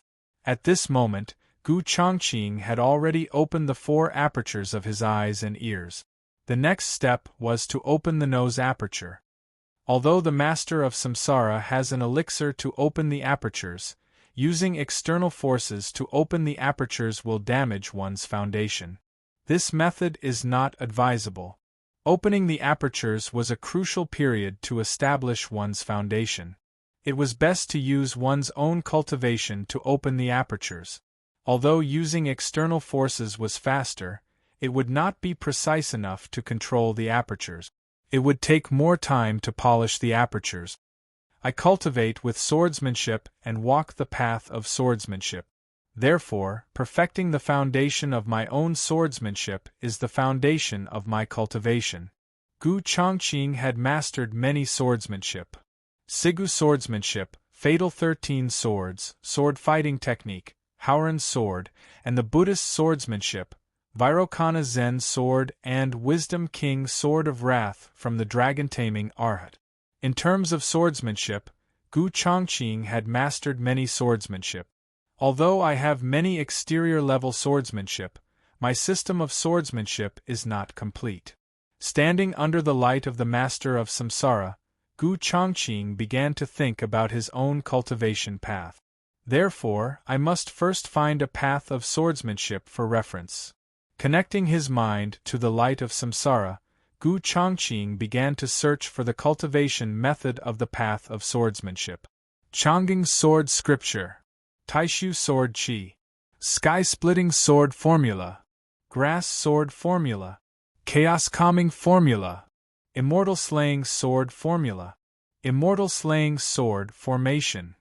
After searching, the master of samsara gave him a series of profound swordsmanship methods. But they were too expensive. Even with Gu Chongqing's wealth of 20,000 karma points, he could only sigh in front of these swordsmanship methods. I still have no money. This Chongqing sword scripture can be exchanged for the introductory chapter. Even if he split the exchange, the only one he could afford was the introductory chapter of the Chongqing sword scripture. For a rogue cultivator like me, without the inheritance of a major sect or the guidance of a master, the basic theory of swordsmanship is the most important thing to me. Spending 16,000 karma points, Gu Chongqing exchanged for the introductory chapter of the Chongqing sword scripture. Chongqing of the West, Tai-Bai Sword Qi. Using the Qi of Metal of the West as the foundation to refine a Tai-Bai Sword Qi. One sword to break all rules. Cut through everything. Cut through everything. On the path of swordsmanship, there are 3 rules: law, technique, and force. Law is the fundamental law of swordsmanship, the way to refine sword qi. Technique is the swordsmanship to defeat the enemy. Force is the spirit and willpower to refine the heart and will of the sword. Using law as the foundation, technique as the use, and force as the source, countless information flowed in his mind. After a while, Gu Chongqing let out a long sigh. He had understood. I see. This is the path of swordsmanship. Although it was expensive, Gu Chongqing realized that the karma points were well spent. The introductory chapter of the Chongqing sword scripture had already pointed out a path for Gu Chongqing. The introductory chapter of the Chongqing sword scripture already has the law to absorb the qi of metal of the West and refine Tai-Bai sword qi. Now I need to strengthen the technique. Starting from the technique, he needed to absorb the advantages of various swordsmanship and refine his own swordsmanship. Finally, he would use the sword to refine his heart and mind. I have 4,000 karma points left. It's just enough to exchange for a swordsmanship that uses all the moves to the limit. Using the sword fighting technique to control the overall situation, using the 9 strategies beyond the swords to maximize the changes of the moves, and then using the various basic swordsmanship, he would finally achieve his own swordsmanship. This was the cultivation path that Gu Chongqing had planned for himself.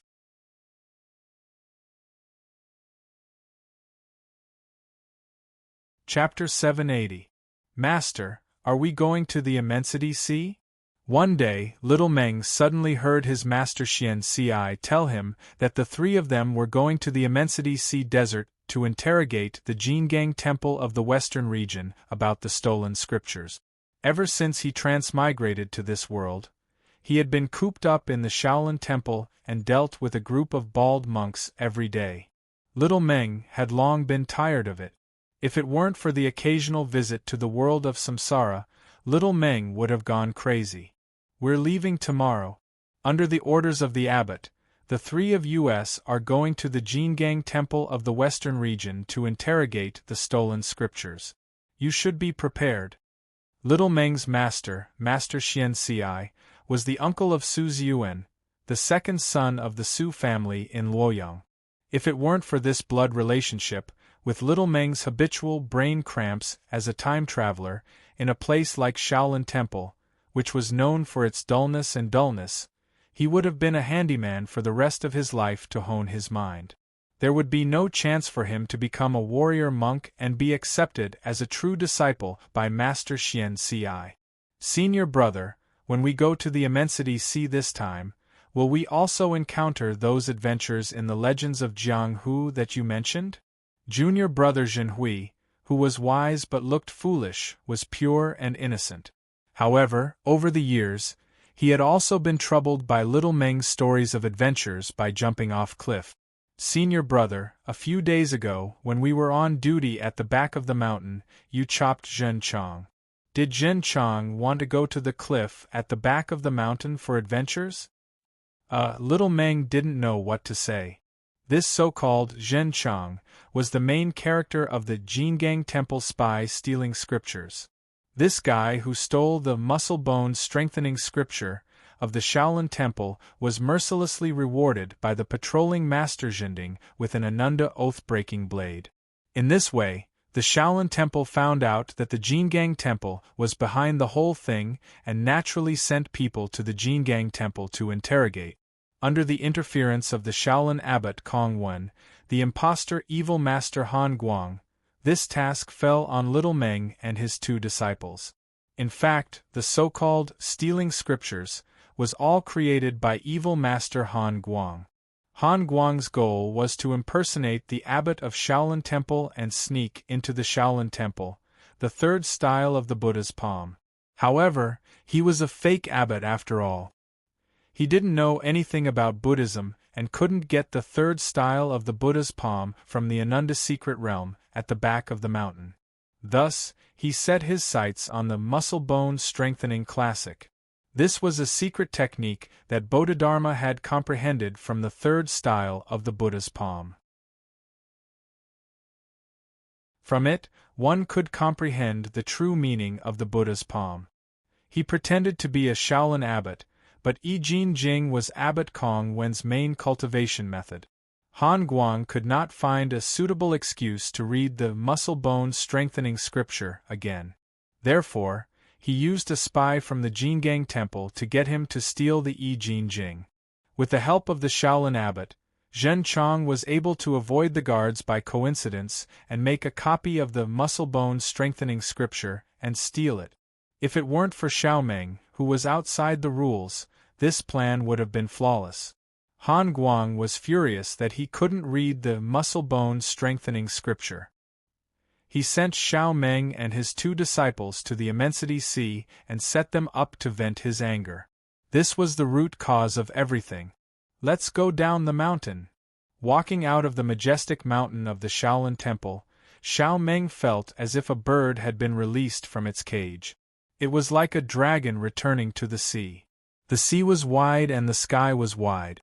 According to the memory of the future, Shaolin Zhending, who is also Xiao Meng, should be going down the mountain to Quicksand Town at this time.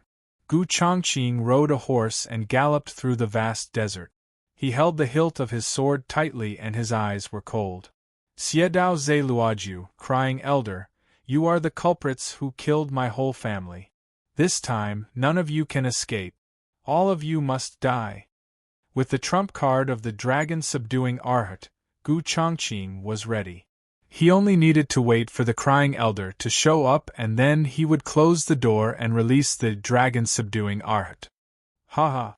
The wind and clouds begin to move and gather from all directions. This is really interesting. Half lying on the soft couch, the glacier swordsman, Bai Zhe held a glass of cold wine and gently took a sip with a smile on his face. Everything was going according to plan. Next, the glacier swordsman would make a name for himself. Is this Quicksand Town? The storm roared and the yellow sand swept across the sky. Heaven and earth were in chaos. The wind mixed with sand was bone-chilling. The Quicksand Town ahead was filled with gray sand. There was not a single person in sight. This sandstorm is really scary. As a transmigrator, the scariest thing Xiao Meng had seen in his previous life was a haze. After transmigrating to this world, he had been holed up in the Shaolin Temple and had never experienced such a scene. It was very novel to Xiao Meng. He was wrapped tightly in a thick monk's robe. His entire body was shrouded in the robe, and only half of his eyes were exposed. He looked exactly like a San Nation person. This made Xiao Meng very depressed.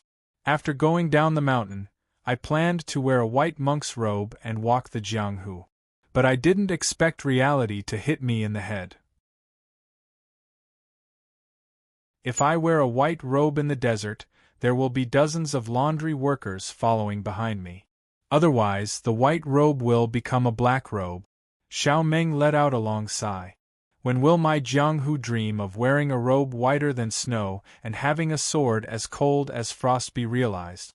As if the heavens were on their side, when Xiao Meng and his disciples stepped into Quicksand Town, the sandstorm gradually subsided. Senior brother, is there a place called Bright Peak in the western region? Will we be able to find that greater teleportation? Zhen Hui's eyes were wide open. He was very curious about the desert scene in front of him. Of course, he was more curious about the story his senior brother had told him. In the story of the Bright Peak, there seemed to be a Shaolin monk who went deep into the secret passage of the Bright Peak. Do we have that kind of opportunity too? What Bright Peak? Master Xian Ci was stunned. He turned to look at Zhen Hui and then at Xiao Meng. Although the western region is vast and boundless, I have never heard of a Bright Peak. Are you lying to your junior brother again? Xiao Meng was tongue-tied. Master, life is hard, don't expose me. If you expose me like this, how can I maintain my glorious image in front of my junior brother? It's not nonsense. When I was at home, I heard that in the great snow mountain of the western region there was a cliff in the east. When the sun rose, it was like a bright light shrouded it. It was called the Bright Peak. In order to save his junior brother's image, Xiao Meng could only make up a story. Senior brother, you are so awesome. You know even more than Master. Zhen Hui's face was full of admiration. The records of the Su family? The Divine Marquis Mansion controls the secret agents of the Six Fan School of the Great Jin Dynasty. It's normal for them to know this kind of information. Xian Ci nodded, acknowledging Xiao Meng's Bright Peak. Yes, that's right. Xiao Meng secretly wiped away his cold sweat. He had finally fooled him. He had finally saved his senior brother's glorious image. Let's settle down here for today. After entering Quicksand Town, Xian Ci led the two of them to the only inn and tavern in Quicksand Town. The Immensity Sea Tavern. This name is so famous. When Xiao Meng saw the name of the inn, he actually felt some admiration in his heart. This kind of first-place title really feels good. When can I also have a title like the #1 sword in the world or the white-robed godly sword? Xiao Meng muttered in his heart as he stepped into the Immensity Sea Tavern. Then, he was jealous. He was going crazy in his heart. You are pirating. Pirating. This is obviously my predetermined image. How can you steal it? Xiao Meng saw the Glacier Swordsman by Zhe. His robe was whiter than snow, and his sword aura was like frost. His face was handsome and cold, and his bearing was otherworldly. Even in this place filled with yellow sand, his white robe was untainted by a speck of dust. This is too hateful. Xiao Meng looked at his bald, gray-robed image and then looked at the other person's image. He felt depressed.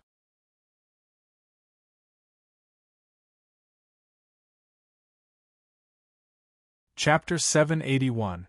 I want to renounce asceticism. Little Meng was filled with grief and indignation. The figure in white standing on the second floor was simply too eye-catching. This young man is extraordinary. There is such a person in the western region? Master Xian Ci looked at the young man in white with a hint of surprise in his eyes. This young man has perfected 9 apertures and has begun to condense his hidden latch and polish his interior. Once he achieves oneness of heaven and men and perfects his interior, he will be able to reach the exterior. There is such a young hero in the western region? His cultivation and strength are comparable to the first on the ranking list of young masters, shapeless sword He Jiu. Master Xian Ci spoke highly of the young man in white. Comparable to the first on the ranking list of young masters?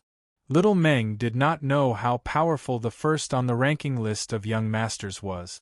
But the terrifying demoness of Grand Luo Gu Shaosang was only fourth on the list.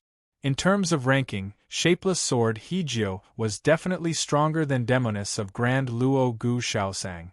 This pretentious prick in front of him was actually so powerful?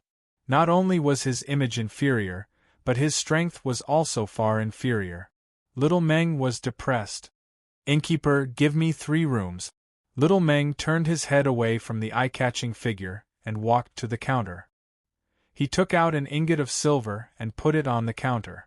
Then he shouted at Chu Jinyang behind the counter. 5 taels of silver per night. That's not enough. Chu Jinyang glanced at the ingot of silver on the counter and rolled her eyes. She did not even raise her head. She simply ignored him. 10 taels of silver is not enough? This is daylight robbery. What's more, your attitude is really bad. Little Meng was even more depressed. But he was not a blind person. A young and beautiful woman opening a shop with the title Immensity Sees Number 1 in a chaotic place like Quicksand Town was definitely not something an ordinary person could do. 3 of the best rooms. Little Meng took out another ingot of silver and thought to himself, "Brother, this is public money. I have plenty of money. Only 2 rooms." The woman in the black dress flicked her sleeves quickly and the 2 ingots of silver disappeared in an instant. 2 rooms, you took 20 taels of silver. Little Meng felt that it was necessary to remind her. No matter how much public money it was, it couldn't be taken advantage of like this. Do I look like a fat sheep? Based on the number of people, 5 taels per person. There are still 5 taels left. Aren't you going to eat dinner?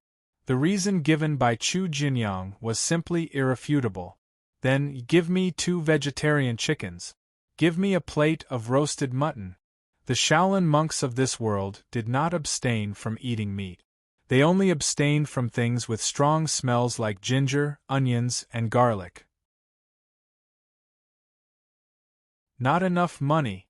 5 taels of silver could only eat steamed buns. If you want to eat chicken or roast lamb, you'll have to add another 20 taels. Chu Jinyang replied indifferently. Her attitude was still so bad. Xiaomeng was annoyed. Just as he was about to say, "I'm not eating anymore," out of the corner of his eye, he saw the pretentious criminal on the 2nd floor holding a glass of cold red wine. "You're too pretentious. He's even drinking red wine. How could he be inferior to others in this aspect?" Naturally, Little Meng could not accept it. After all, it was public funds. How could they be suppressed by others? He had no choice but to drink. But vegetarian chicken, roast lamb, and a pot of green tea. Although it was a little expensive, it was still a normal expense. After taking out a few more taels of silver, Chu Jinyang nodded and threw out 2 keys. "The food will be served later. The person upstairs. Who is he?" After spending 80 taels of silver, Xiaomeng considered himself a big customer. Asking a little information from the boss was considered as a big customer's benefit. "Glacier Swordsman, Bai Zhe." Chu Jinyang smiled faintly. "This information is free.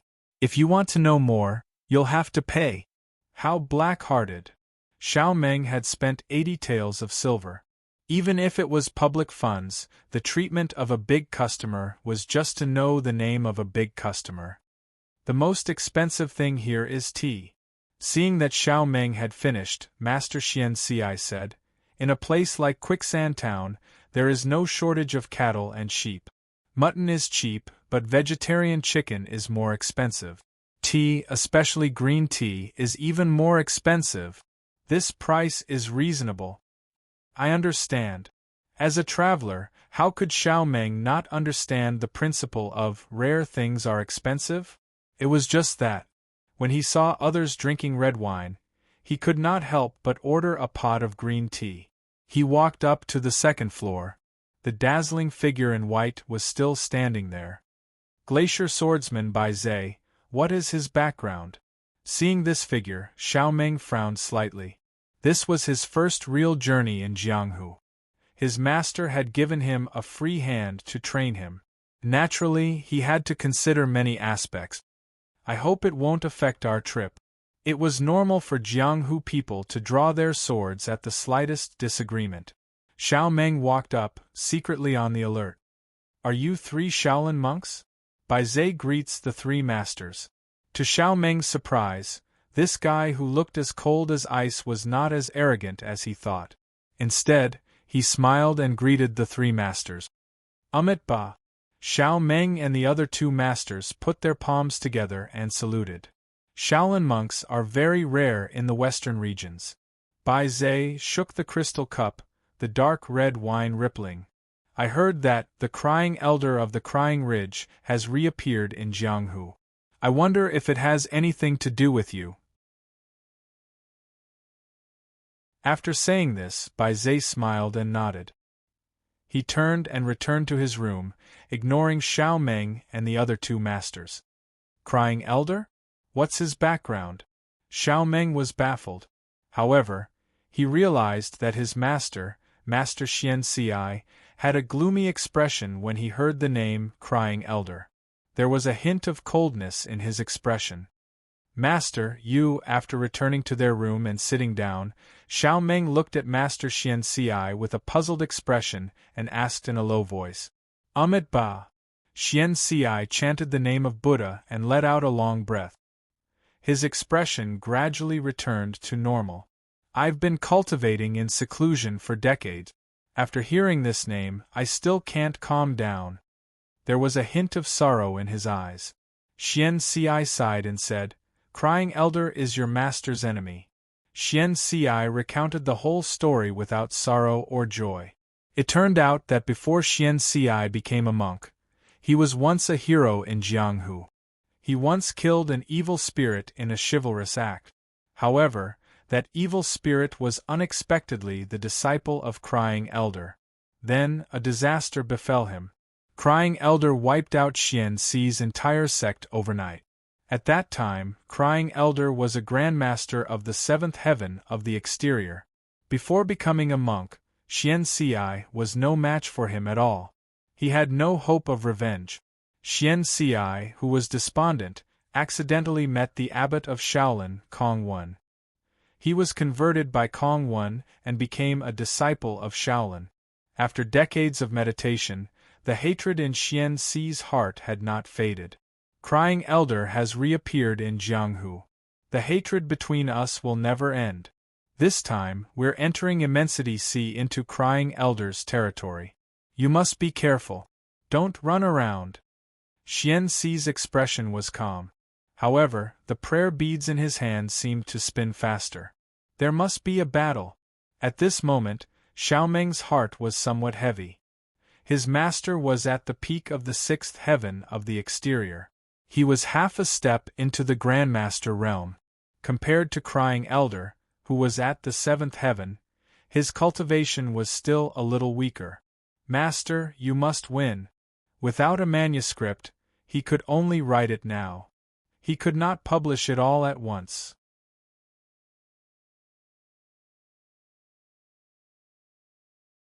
Chapter 782. Let's go out for a while. After dinner, the 3 of them were drinking tea when Xian Ci suddenly spoke. Yes. Although he was a little surprised by his master's sudden request, Meng Qi did not ask. However, it was not appropriate for little Meng to ask, so he could only stand up and follow. Are they going out? Seeing the 3 monks passing by, Bai Zhe, the glacier swordsman, stood up with a smile. The competition between grandmasters is about to begin. The 3 gray-robed monks walked out of the Immensity Sea No. 1. At this time, Chu Jinyang, who had been sitting behind the counter indifferently and uninterested in everything, suddenly raised her head. The Crying Elder has returned to Jianghu, and Xian Ci of Shaolin has gone to the Immensity Sea. I don't believe there's no connection between them. Chu Jinyang looked at the three leaving figures and gently knocked on the counter. Suddenly, she seemed to notice something and looked up at the second floor. She saw the cold swordsman in white. You're all in the same group? You don't mess with me. Chu Jinyang snorted inwardly and lowered her head again. She opened the cash box on the counter and began to count the money. As a member of the Immortals, Chu Jinyang, whose name was Blue Cloud Progenitor, was not strong enough to fight Grandmasters, but she was a member of an organization. The leader of the Immortals, the primogenitor Lingbao, Immortal Chonghe, was a Dharmakaya master. Chu Jinyang was confident enough to face the outside threat. Outside Quicksand Town, there was a small hill facing the Immensity Sea. Like the countless cliffs in the Immensity Sea, the hill was covered with gravel and rock. There was not much vegetation at all. At this moment, Master Xian Ci led Little Meng and Zhen Hui to this very ordinary hill. Master, you said that the Glacier Swordsman was in the consummation of the Enlightenment. How are the realms of cultivation differentiated? Little Meng could not figure out the reason for the dull atmosphere. He could only ask Xian Ci about the division of strength in Jianghu. It's time for me to tell you this. Xian Ci nodded and began to explain to Little Meng and Zhen Hui. From the highest to the lowest, Dharmakaya masters were the most powerful. In the eyes of the common people, a Dharmakaya master who could move mountains and overturn seas was simply an immortal. Below the Dharmakaya was the half-step Dharmakaya, known as the Great Grandmaster. Below the Great Grandmaster was the 9 levels of heaven of the exterior. The 7th, 8th, and 9th heavens of the exterior were collectively known as Grandmasters. The 4th, 5th, and 6th heavens of the exterior were known as Peerless Masters. The 1st, 2nd, and 3rd heavens of the exterior were known as First-Class Masters. Below the exterior, half-step exterior scenery experts were considered second-rate masters. 9 acupores opened were third-rate, 6, 7, and 8 acupores were fourth-rate, and 2 and 4 acupores were ordinary. Those below the level of enlightened acupores were called not up to standard. So that's how it is. As they talked, they had already reached the peak of the small mountain. The top of the mountain was no longer smooth. There were many withered trees that had not decayed yet. This is a graveyard. Standing at the top of the mountain, Xian Ci sighed with melancholy. He stopped in front of a tangled poplar tree and sighed deeply.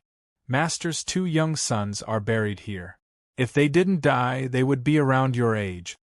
Master. The atmosphere suddenly became sad and depressing.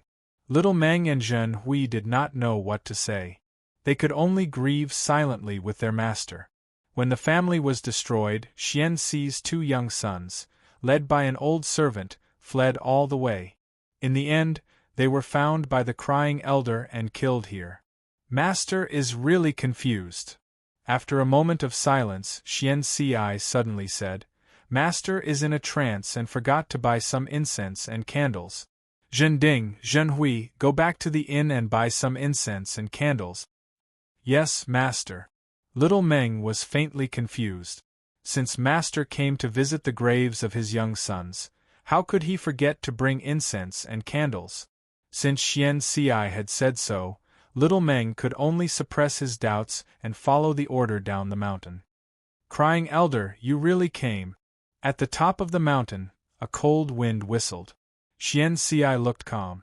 A string of Buddha beads appeared in his hand. It was a string of dark gold Buddha beads, faintly shining with Buddha's light. You actually came here to kill me? It seems that you already knew that I was coming to the Immensity Sea. Xian Ci's face was expressionless, but his dark eyes were even darker. Only the senior members of the Shaolin Temple knew that the 3 of them were coming to the Immensity Sea. Now, as soon as they entered the Immensity Sea, the crying elder was waiting here. Could it be that there was an enemy hiding in the Shaolin Temple? But now that the enemy was here, there was no time to worry about that. This old man has always taken revenge. As the cold wind whistled, a dark and thin old man suddenly appeared at the top of the mountain. His head was wrapped in a black cloth, and his body was covered in a white robe. The corners of his eyes drooped, and there were a few white spots under his eyes, as if tears were dripping from his eyes. This was the origin of the name, Crying Elder.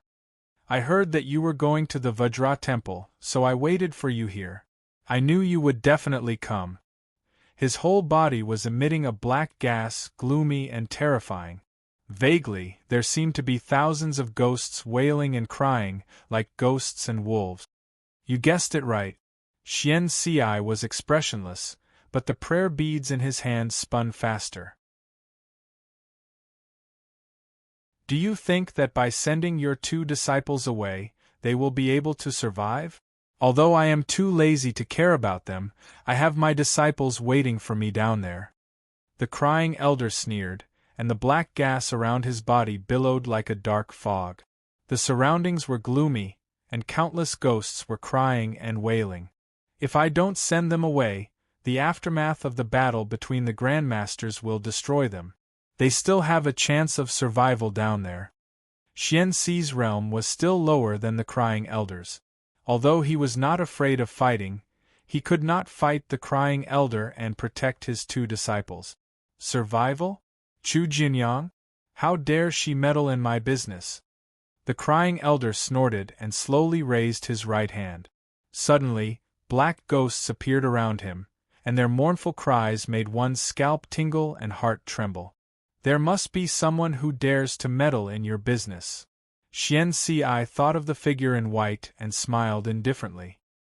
He slowly raised his hand holding the prayer bead. Humph! Go to hell! The Crying Elder roared and waved his hand.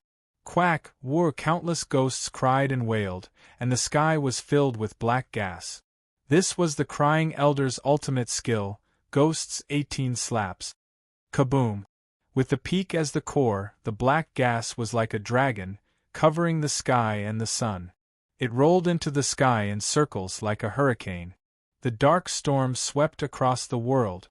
At the foot of the mountain, the Enin oasis outside Quicksand Town withered rapidly under the black fog, as if all the water had been sucked out. Countless cattle, sheep, and herdsmen were frozen in place.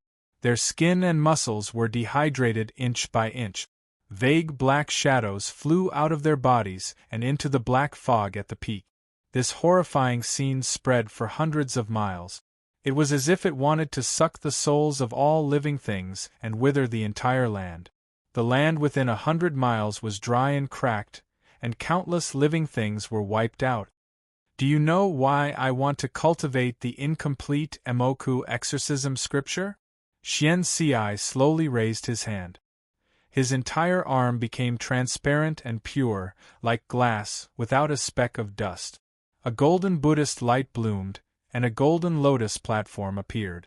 On the lotus platform, a bodhisattva sat upright. His face was full of compassion and compassion for the world. In his palm, there was an aura of life and death that was constantly flowing. It was like a black and white wheel that contained the cycle of life and death. From today onwards, in the billions of calamities, there should be the world, all hell, the 3 evil paths, and all living things suffering from sin. I swear to save them from the evils of hell, the beasts and the hungry ghosts. With this retribution, all of them will become Buddhas. Only then will I attain enlightenment. Before hell is empty, I swear not to become Buddha. Only when all living things are saved can I attain Bodhi. Ksitigarbha's original vow, Emoku exorcism. The mighty Buddhist light illuminated the world. The countless ghosts gathered by the Crying Elder's Ghosts 18 slaps melted under this Buddhist light and disappeared without a trace. The black fog covered the sky, and the Buddhist light was mighty. Between heaven and earth, there seemed to be only the churning black fog and the mighty Buddhist light left. Such an earth-shattering movement was the work of an immortal.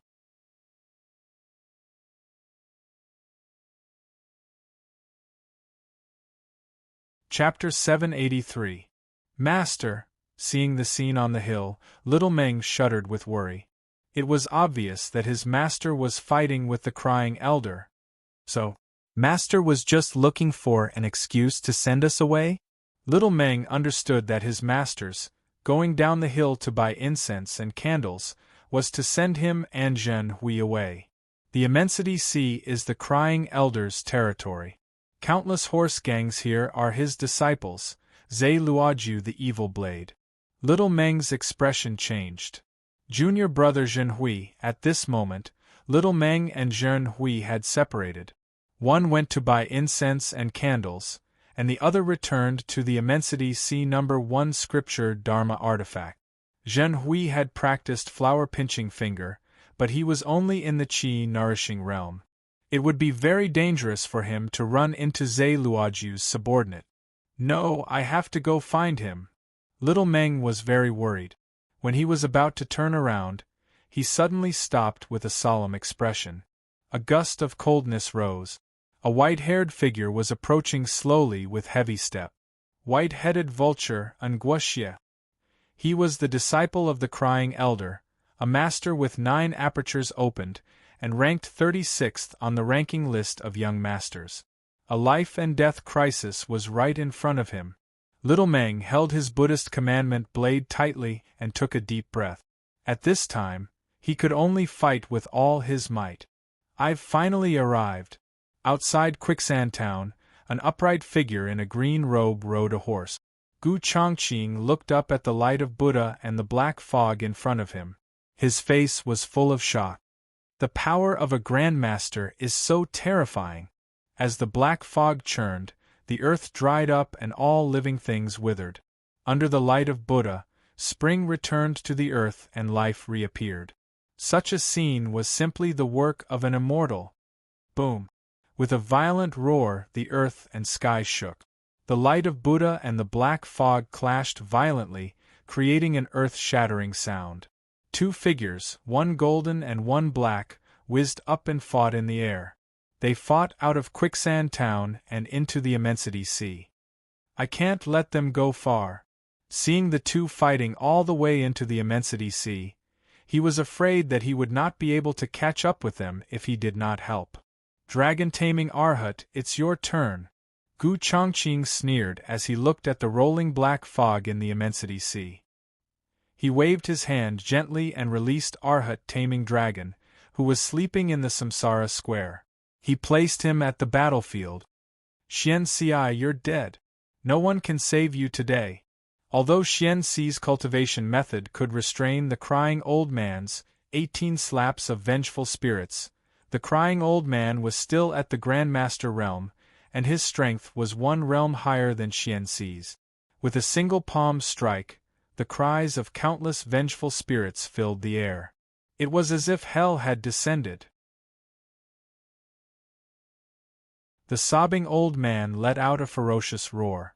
Demonic flames overflowed into the sky, terrifying to the extreme. However, Amitabha, a Buddhist chant sounded like thunder. Endless Buddhist light shone, illuminating heaven and earth. A golden body that seemed to be cast from gold appeared in the Buddhist light that filled the sky. He stood on the evil dragon and had a treasured wheel on top of his head. Heavenly flowers fell from all around him, and divine splendor surged. Dragon subduing Arhat. Seeing the golden body and the Dharma idol, the sobbing elder let out a scream of horror. His face turned pale and his body trembled. Did Arhat taming dragon come in person? What do I have to deserve this? How could Arhat taming dragon, who ranked 3rd on the celestial list, come in person? At this moment, the sobbing elder was scared out of his wits. Although the 7th heaven of the exterior could be called a grandmaster, his cultivation of the 7th heaven of the exterior was not even comparable to an ant compared to Arhat taming dragon. Above the 7th heaven were the 8th heaven, the 9th heaven, and the great grandmaster of the half-step to Dharmakaya. Then there were the Dharmakaya masters. Arhat taming dragon, ranked 3rd on the celestial list. What sin have I committed? How could such a person come in person? Master Abbot. Even Xian Ci was shocked by Arhat taming dragon's appearance. Abbot, did he come in person? For so many years, Master Abbot had never stepped out of Shaolin. Master Abbot, who had not made a move for decades, had actually made a move? Master Abbot has treated me so well. Master Abbot has really put in a lot of effort to resolve the knot in my heart and to free me from my shackles. Ba. Xian Ci was very grateful. He bowed to Arhat taming dragon who had descended from the sky. Well, Xian Ci. Obviously, he had thought too much. This is the Immensity Sea? I've escaped from the sealing formation of Anunda's Pure Land? Who helped me? Who is helping me? Arhat taming dragon was shocked by his sudden appearance in the Immensity Sea. Even with his temperament and cultivation, he was shocked by this change. Crying Elder? Xian Ci? They are fighting here? Arhat taming dragon instantly sensed everything in the outside world. Although he was very confused, since he had met an evil demon like Crying Elder, he might as well expiate him.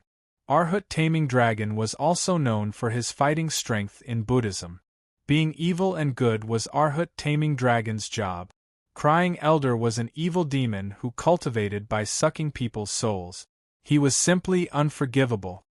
Ba. Smiling while pinching flowers, he pointed his finger to destroy all living things. This was the most powerful supreme art of Shaolin's 72 supreme arts, flower-pinching finger. Arhat taming dragon, whose whole body was made of gold, stepped on an evil dragon, and had a Buddha wheel on top of his head. He looked solemn and dignified, as if he was pinching flowers. With this finger, flowers bloomed and wilted, and strange phenomena emerged. All living things in heaven and earth, all living things, seemed to smile in understanding in this finger. Great liberation, great expiation, annihilation of all living things, the nirvana of all living things. All living things, after the immeasurable calamity, would be reborn in paradise in the central pure lands of Saha. Henceforth, they would transcend the sea of bitterness, forever free of calamity and tribulation. This was naturally a good thing. It wasn't killing, but expiation. It was just that, after this immeasurable calamity, there was an immeasurable, infinite time. After infinite time, there would be good fortune and reward. Only then would one be able to transcend the sea of bitterness. What was there to say? All Dharma is like a dream, an illusion, a bubble and a shadow. Like dew and like lightning, it should be viewed as such. Pointing out a finger was like poking a soap bubble, and Crying Elder was this soap bubble. Under the flower-pinching finger, the Grand Master-level Crying Elder, a supreme evil demon who had plagued the world for countless years, was like a soap bubble. He was poked into nothingness. Ba. Many thanks to Master Abbot for enlightening me. His enemy vanished like smoke before his eyes. The hatred that had been pent up in his heart, entangled for several decades, unrelieved, vanished under Master Abbot's finger. As expected, all Dharma is like a dream, an illusion, a bubble and a shadow. Like dew and like lightning, it should be viewed as such. In this instant, Xian Ci cast off his shackles and untied the knot in his heart. Before hell is empty, I vow not to become Buddha. Only when all living things are saved can I prove Bodhi. Zen sounds were faint, and Buddhist light filled the sky. A golden lotus platform manifested. On top of the lotus platform, a bodhisattva sat upright. His face was full of compassion and compassion for the world. This bodhisattva's appearance was actually identical to Xian Ci's. Xian Ci's entire being became transparent and pure, like colored glass, untainted by dust. In this instant, Xian Ci had officially stepped into the realm of Grandmaster.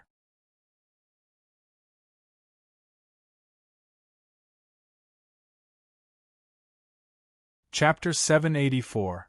You've broken free from your shackles after an epiphany. Congratulations! Seeing that Xian Ci had settled his karma, cut off his inner demons, and officially stepped into the realm of Guru, Arhat Taming Dragon nodded with joy. This disciple had extraordinary aptitude, but he had been suffering from a knot in his heart for many years. It was a pity that he could not become a guru. Now that Xian Ci had become a guru, there was a possibility that he could go further in the future and attain the Earth Bodhisattva golden body. It's just that, in the Shaolin Temple, evil Master Han Guang pretended to be me. This is a problem. I have to deal with it properly to reduce the losses of the Shaolin Temple. Arhat Taming Dragon thought. He looked up at the Immensity Sea and frowned slightly. The Immensity Sea was not a good place. In the western region, in addition to the great Ashura of the Ashura Temple, there were also the Peacock Demon King, the White Tiger Demon King, and the One-Legged Ox Demon King. These were all Dharmakaya masters. Even with Arhat Taming Dragon's power, it would be very dangerous if he was besieged by these guys. The commotion just now might have alerted them. I can't stay here for long. Dharmakaya masters were strategic weapons in the world. Such people stepping into other people's territory was a huge threat to anyone. The Dharmakaya masters in the western region would definitely make a move. A battle between Dharmakaya masters was no joke. If he could avoid it, he would try to avoid it. We can't stay here for long. Let's go. With a wave of his hand, Arhat Taming Dragon swept Xian Ci up and disappeared in an instant. Abbot, my two disciples are still. Before Xian Ci could finish his words, the world in front of him changed and he returned to the central region. The crying elder is dead. Those two little guys shouldn't be in danger, right? With a helpless smile, Xian Ci glanced at the abbot and didn't know what to say. He couldn't say, "Abbot, you left two disciples behind."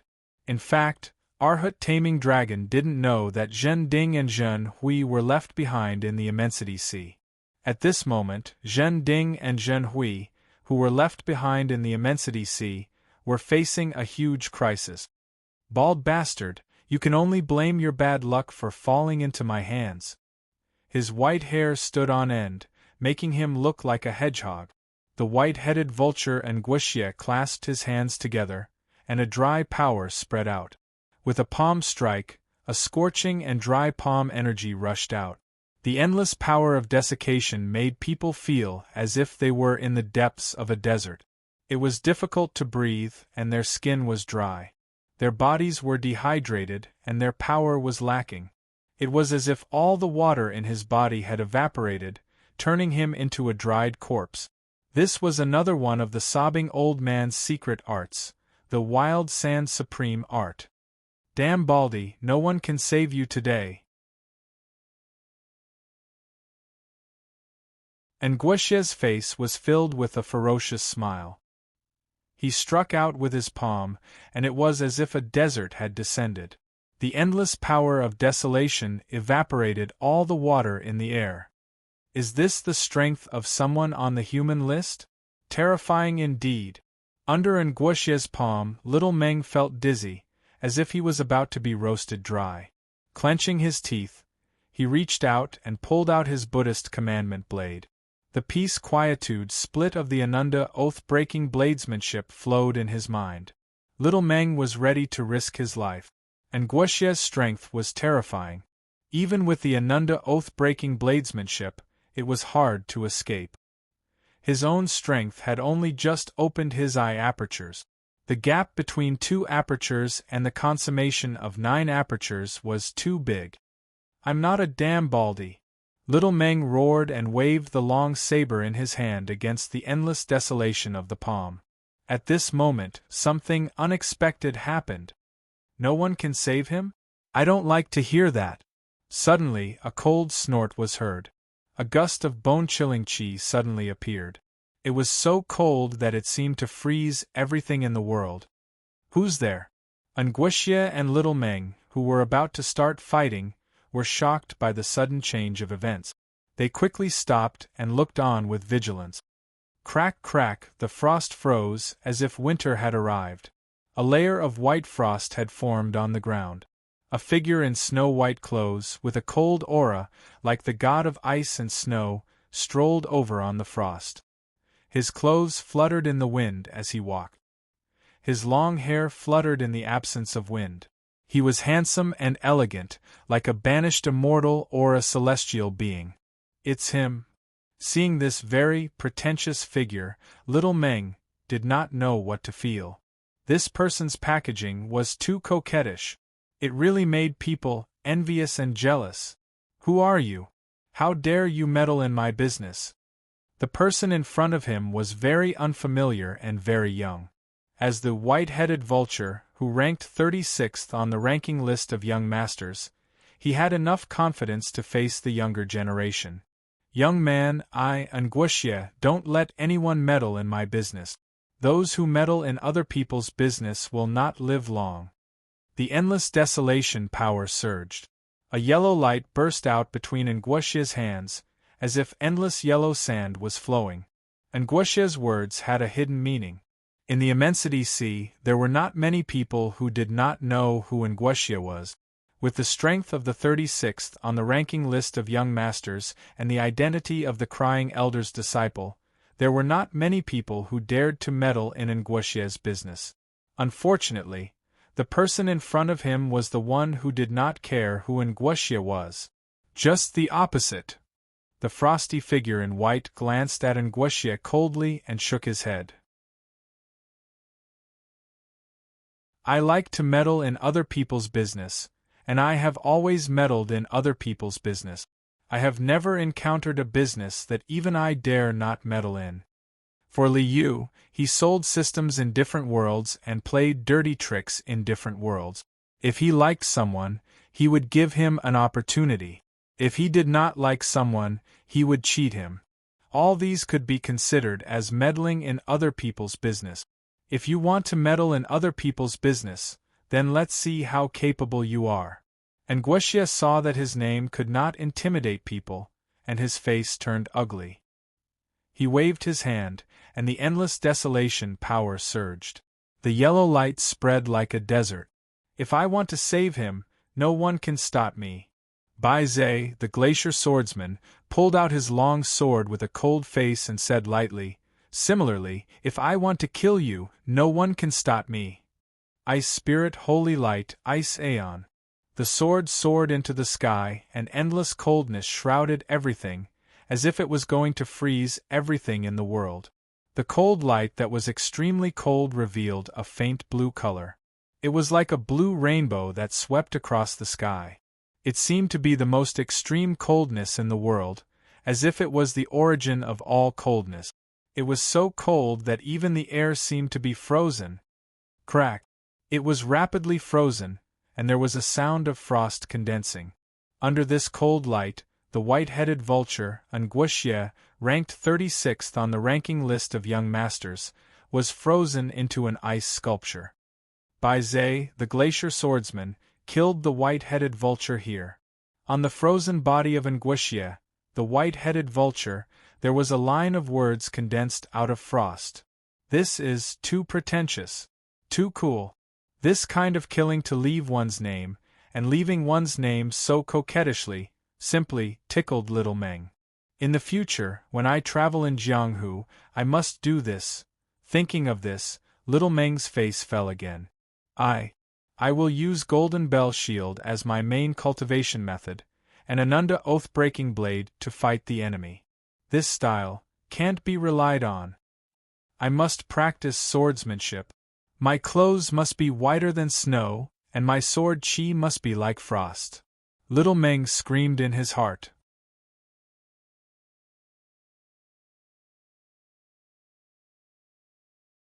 Chapter 785.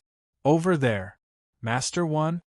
At this moment, the mighty light of Buddha swept across the world, and the whole sky shone with golden light. The black fog released by the crying elder was swept away by the light of Buddha and suddenly disappeared. Seeing this, little Meng was very surprised. Master One and all the dangers were solved. As a young master, oh, a poor monk, I can do whatever I want. However, the next moment, the light of Buddha dissipated, and the world became clear again. There were no more anomalies. As for the master that little Meng relied on, he also disappeared without a trace. It can't be. Master. Even if you've taken revenge, even if you're ecstatic, you can't just forget about your disciple, right? Little Meng was stunned. It seemed that the crying elder had been killed by his master. But the crying elder still had disciples. Zhe Luojiu, the evil blade, was an expert of the exterior. His puny body would not be able to withstand a single blow from him.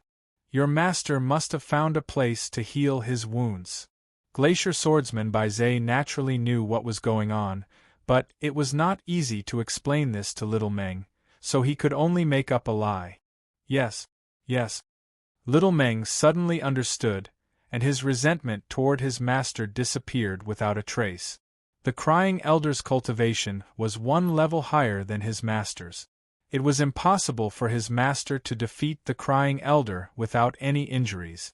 It was more likely that his master was also seriously injured and had to find a place to heal. It was not his master who left us behind.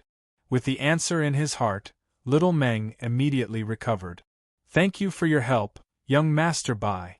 Just now, Bai Zhe killed Nguxia and saved little Meng from a life-or-death crisis.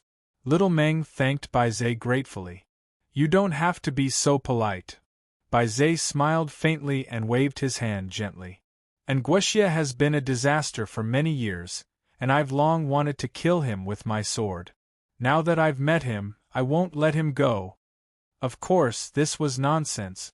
After killing the white-headed vulture Nguxia, he condensed a line of words with the power of frost. Wasn't this to make a name for himself? Chivalry was just a side effect. Since he wanted to play the game of Jianghu, it was necessary to make Bai Zhe famous. I wonder how junior brother is doing. At this moment, little Meng thought of Zhenhui, who had gone to the Immensity Sea No. 1 alone, and a worried look appeared on his face. If he enters the Immensity Sea No. 1 family, Chu Jinyang's ability will make Zhe Luojiu, the evil blade, not to mention Zhe Luojiu. Bai Zhe reminded in a faint tone. If I hadn't entered the Immensity Sea No. 1, little Meng understood what Bai Zhe meant. Chu Jinyang would definitely take care of the Immensity Sea No. 1 family. If Chu Jinyang had not entered the Immensity Sea first family, she would not have meddled in other people's business. I'm worried about junior brother's safety, so I'll take my leave now. After greeting Bai Zhe, little Meng leaped up and galloped in the direction of the Immensity Sea first family. If you rush over now, it's already too late. Bai Zhe smiled and lightly tapped the ice-cold longsword at his waist. Evil blade Zhe Luojiu, after killing you, the name of Glacier Swordsman must have spread far and wide. Bai Zhe unhurriedly walked in the direction of the Immensity Ocean First Clan. Was there a big battle here? When little Meng arrived at the Immensity Sea First family, he saw corpses lying on the ground outside the Immensity Sea First family. Judging from the clothes of these corpses, they were all Immensity Sea horse gangs. Evil blade Zhe Luojiu's men? Almost all the Immensity Sea horse gangs regarded Evil blade Zhe Luojiu as their boss. Nominally, they were all Zhe Luojiu's subordinate. These horse gangs, like Nguxia, must have come here to deal with us. Junior brother Zhenhui. The horse gangs appeared near the Immensity Sea First family, so they must have been here to intercept Zhenhui. Now, these horse gangs were dead, and junior brother was saved? Did Chu Jinyang do something? Little Meng was confused. He walked to the corpses of the horse gangs and checked the wounds on them. Sword scars? And these sword scars are very familiar. This is Gu Chongqing. Seeing the sword marks on the horse gang's body, little Meng immediately thought of Gu Chongqing when he sensed the remaining aura of righteousness and righteousness. Yes, Gu Chongqing was originally from the western region. It is not impossible for him to come to Quicksand Town. Little Meng was relieved. With Gu Chongqing's help, junior brother Zhenhui would not have any problems. He walked into the Immensity Sea First family. Eh? You are not dead yet? Little Meng just entered the door and found Chu Jinyang sitting behind the counter. She looked at Little Meng in surprise, as if she was surprised by his appearance. What are you talking about? Little Meng's mouth twitched a few times, and he was depressed. If it were not for the fact that he could not defeat her, he would have the idea of teaching her a lesson. Did Bai Zhe help you? Chu Jinyang seemed to understand the reason and nodded. No wonder you could escape from Nguexia. Haha, Bai Zhe was looking for evil blade Zhe Luoju to test his sword, and Nguexia ran into him. I can only blame it on his bad luck. Well, madam, have you seen my junior brother? Little Meng glanced around the inn and did not see Zhen Hui or Gu Chongqing, so he had to ask Chu Jinyang. This question is worth 100 taels of silver. Chu Jinyang picked her fingernails and directly gave a price without raising her head. How black-hearted! Although Chu Jinyang was a black-hearted businessman, it was obvious that she was raising the price. But at this time, Little Meng did not care about the money. Here is the money. He took off the money bag from his waist and handed it all to Chu Jinyang. 95 taels of silver. Forget it. I will give you a discount. Chu Jinyang grabbed the money bag and weighed it, and accurately judged the amount of money. Chu Jinyang took the money and gave the answer. That wooden-brained little monk had just walked out into the field when he was taken away by the horse bandits. The one who robbed him was the sky-flipping roar Yuan Mengji. Sky-flipping roar? Where did this person come from? Little Meng did not know about the horse gang of the Immensity Sea, so he did not know who this sky-flipping roar was. He is Zhe Luoju's subordinate, and his cultivation is in the completion of 9 apertures. The little monk was caught by the sky-flipping roar. He should be sent to Evil Blade Ridge and handed over to Evil Blade Zhe Luoju. After receiving the money, Chu Jinyang's service attitude did not improve, but the information she gave was not discounted. Then, those people who died outside, who killed them? What happened after that? Judging from the sword marks on the horse gang, it should be Gu Chongqing. But Gu Chongqing did not stop the sky-flipping roar. Gu Chongqing could even scare away the siren of Grand Luo, Gu Shaosang. This question is free. And you don't need to ask me. Chu Jinyang smiled and shook her head. She pointed to the door and said, "The one who robbed him is back. Tada! Tada!" At this time, there was a rush of horse hooves outside. Little Meng turned around and rushed out of the door. As expected, he saw a young man in a green robe galloping towards him. It is him. Seeing Gu Chongqing's figure, Little Meng felt a little happy. With Gu Chongqing's help, it would not be difficult to save junior brother. You're tuning in to the Phoenix Knights YouTube channel. Don't forget to subscribe and join us on this journey to catch the most captivating stories.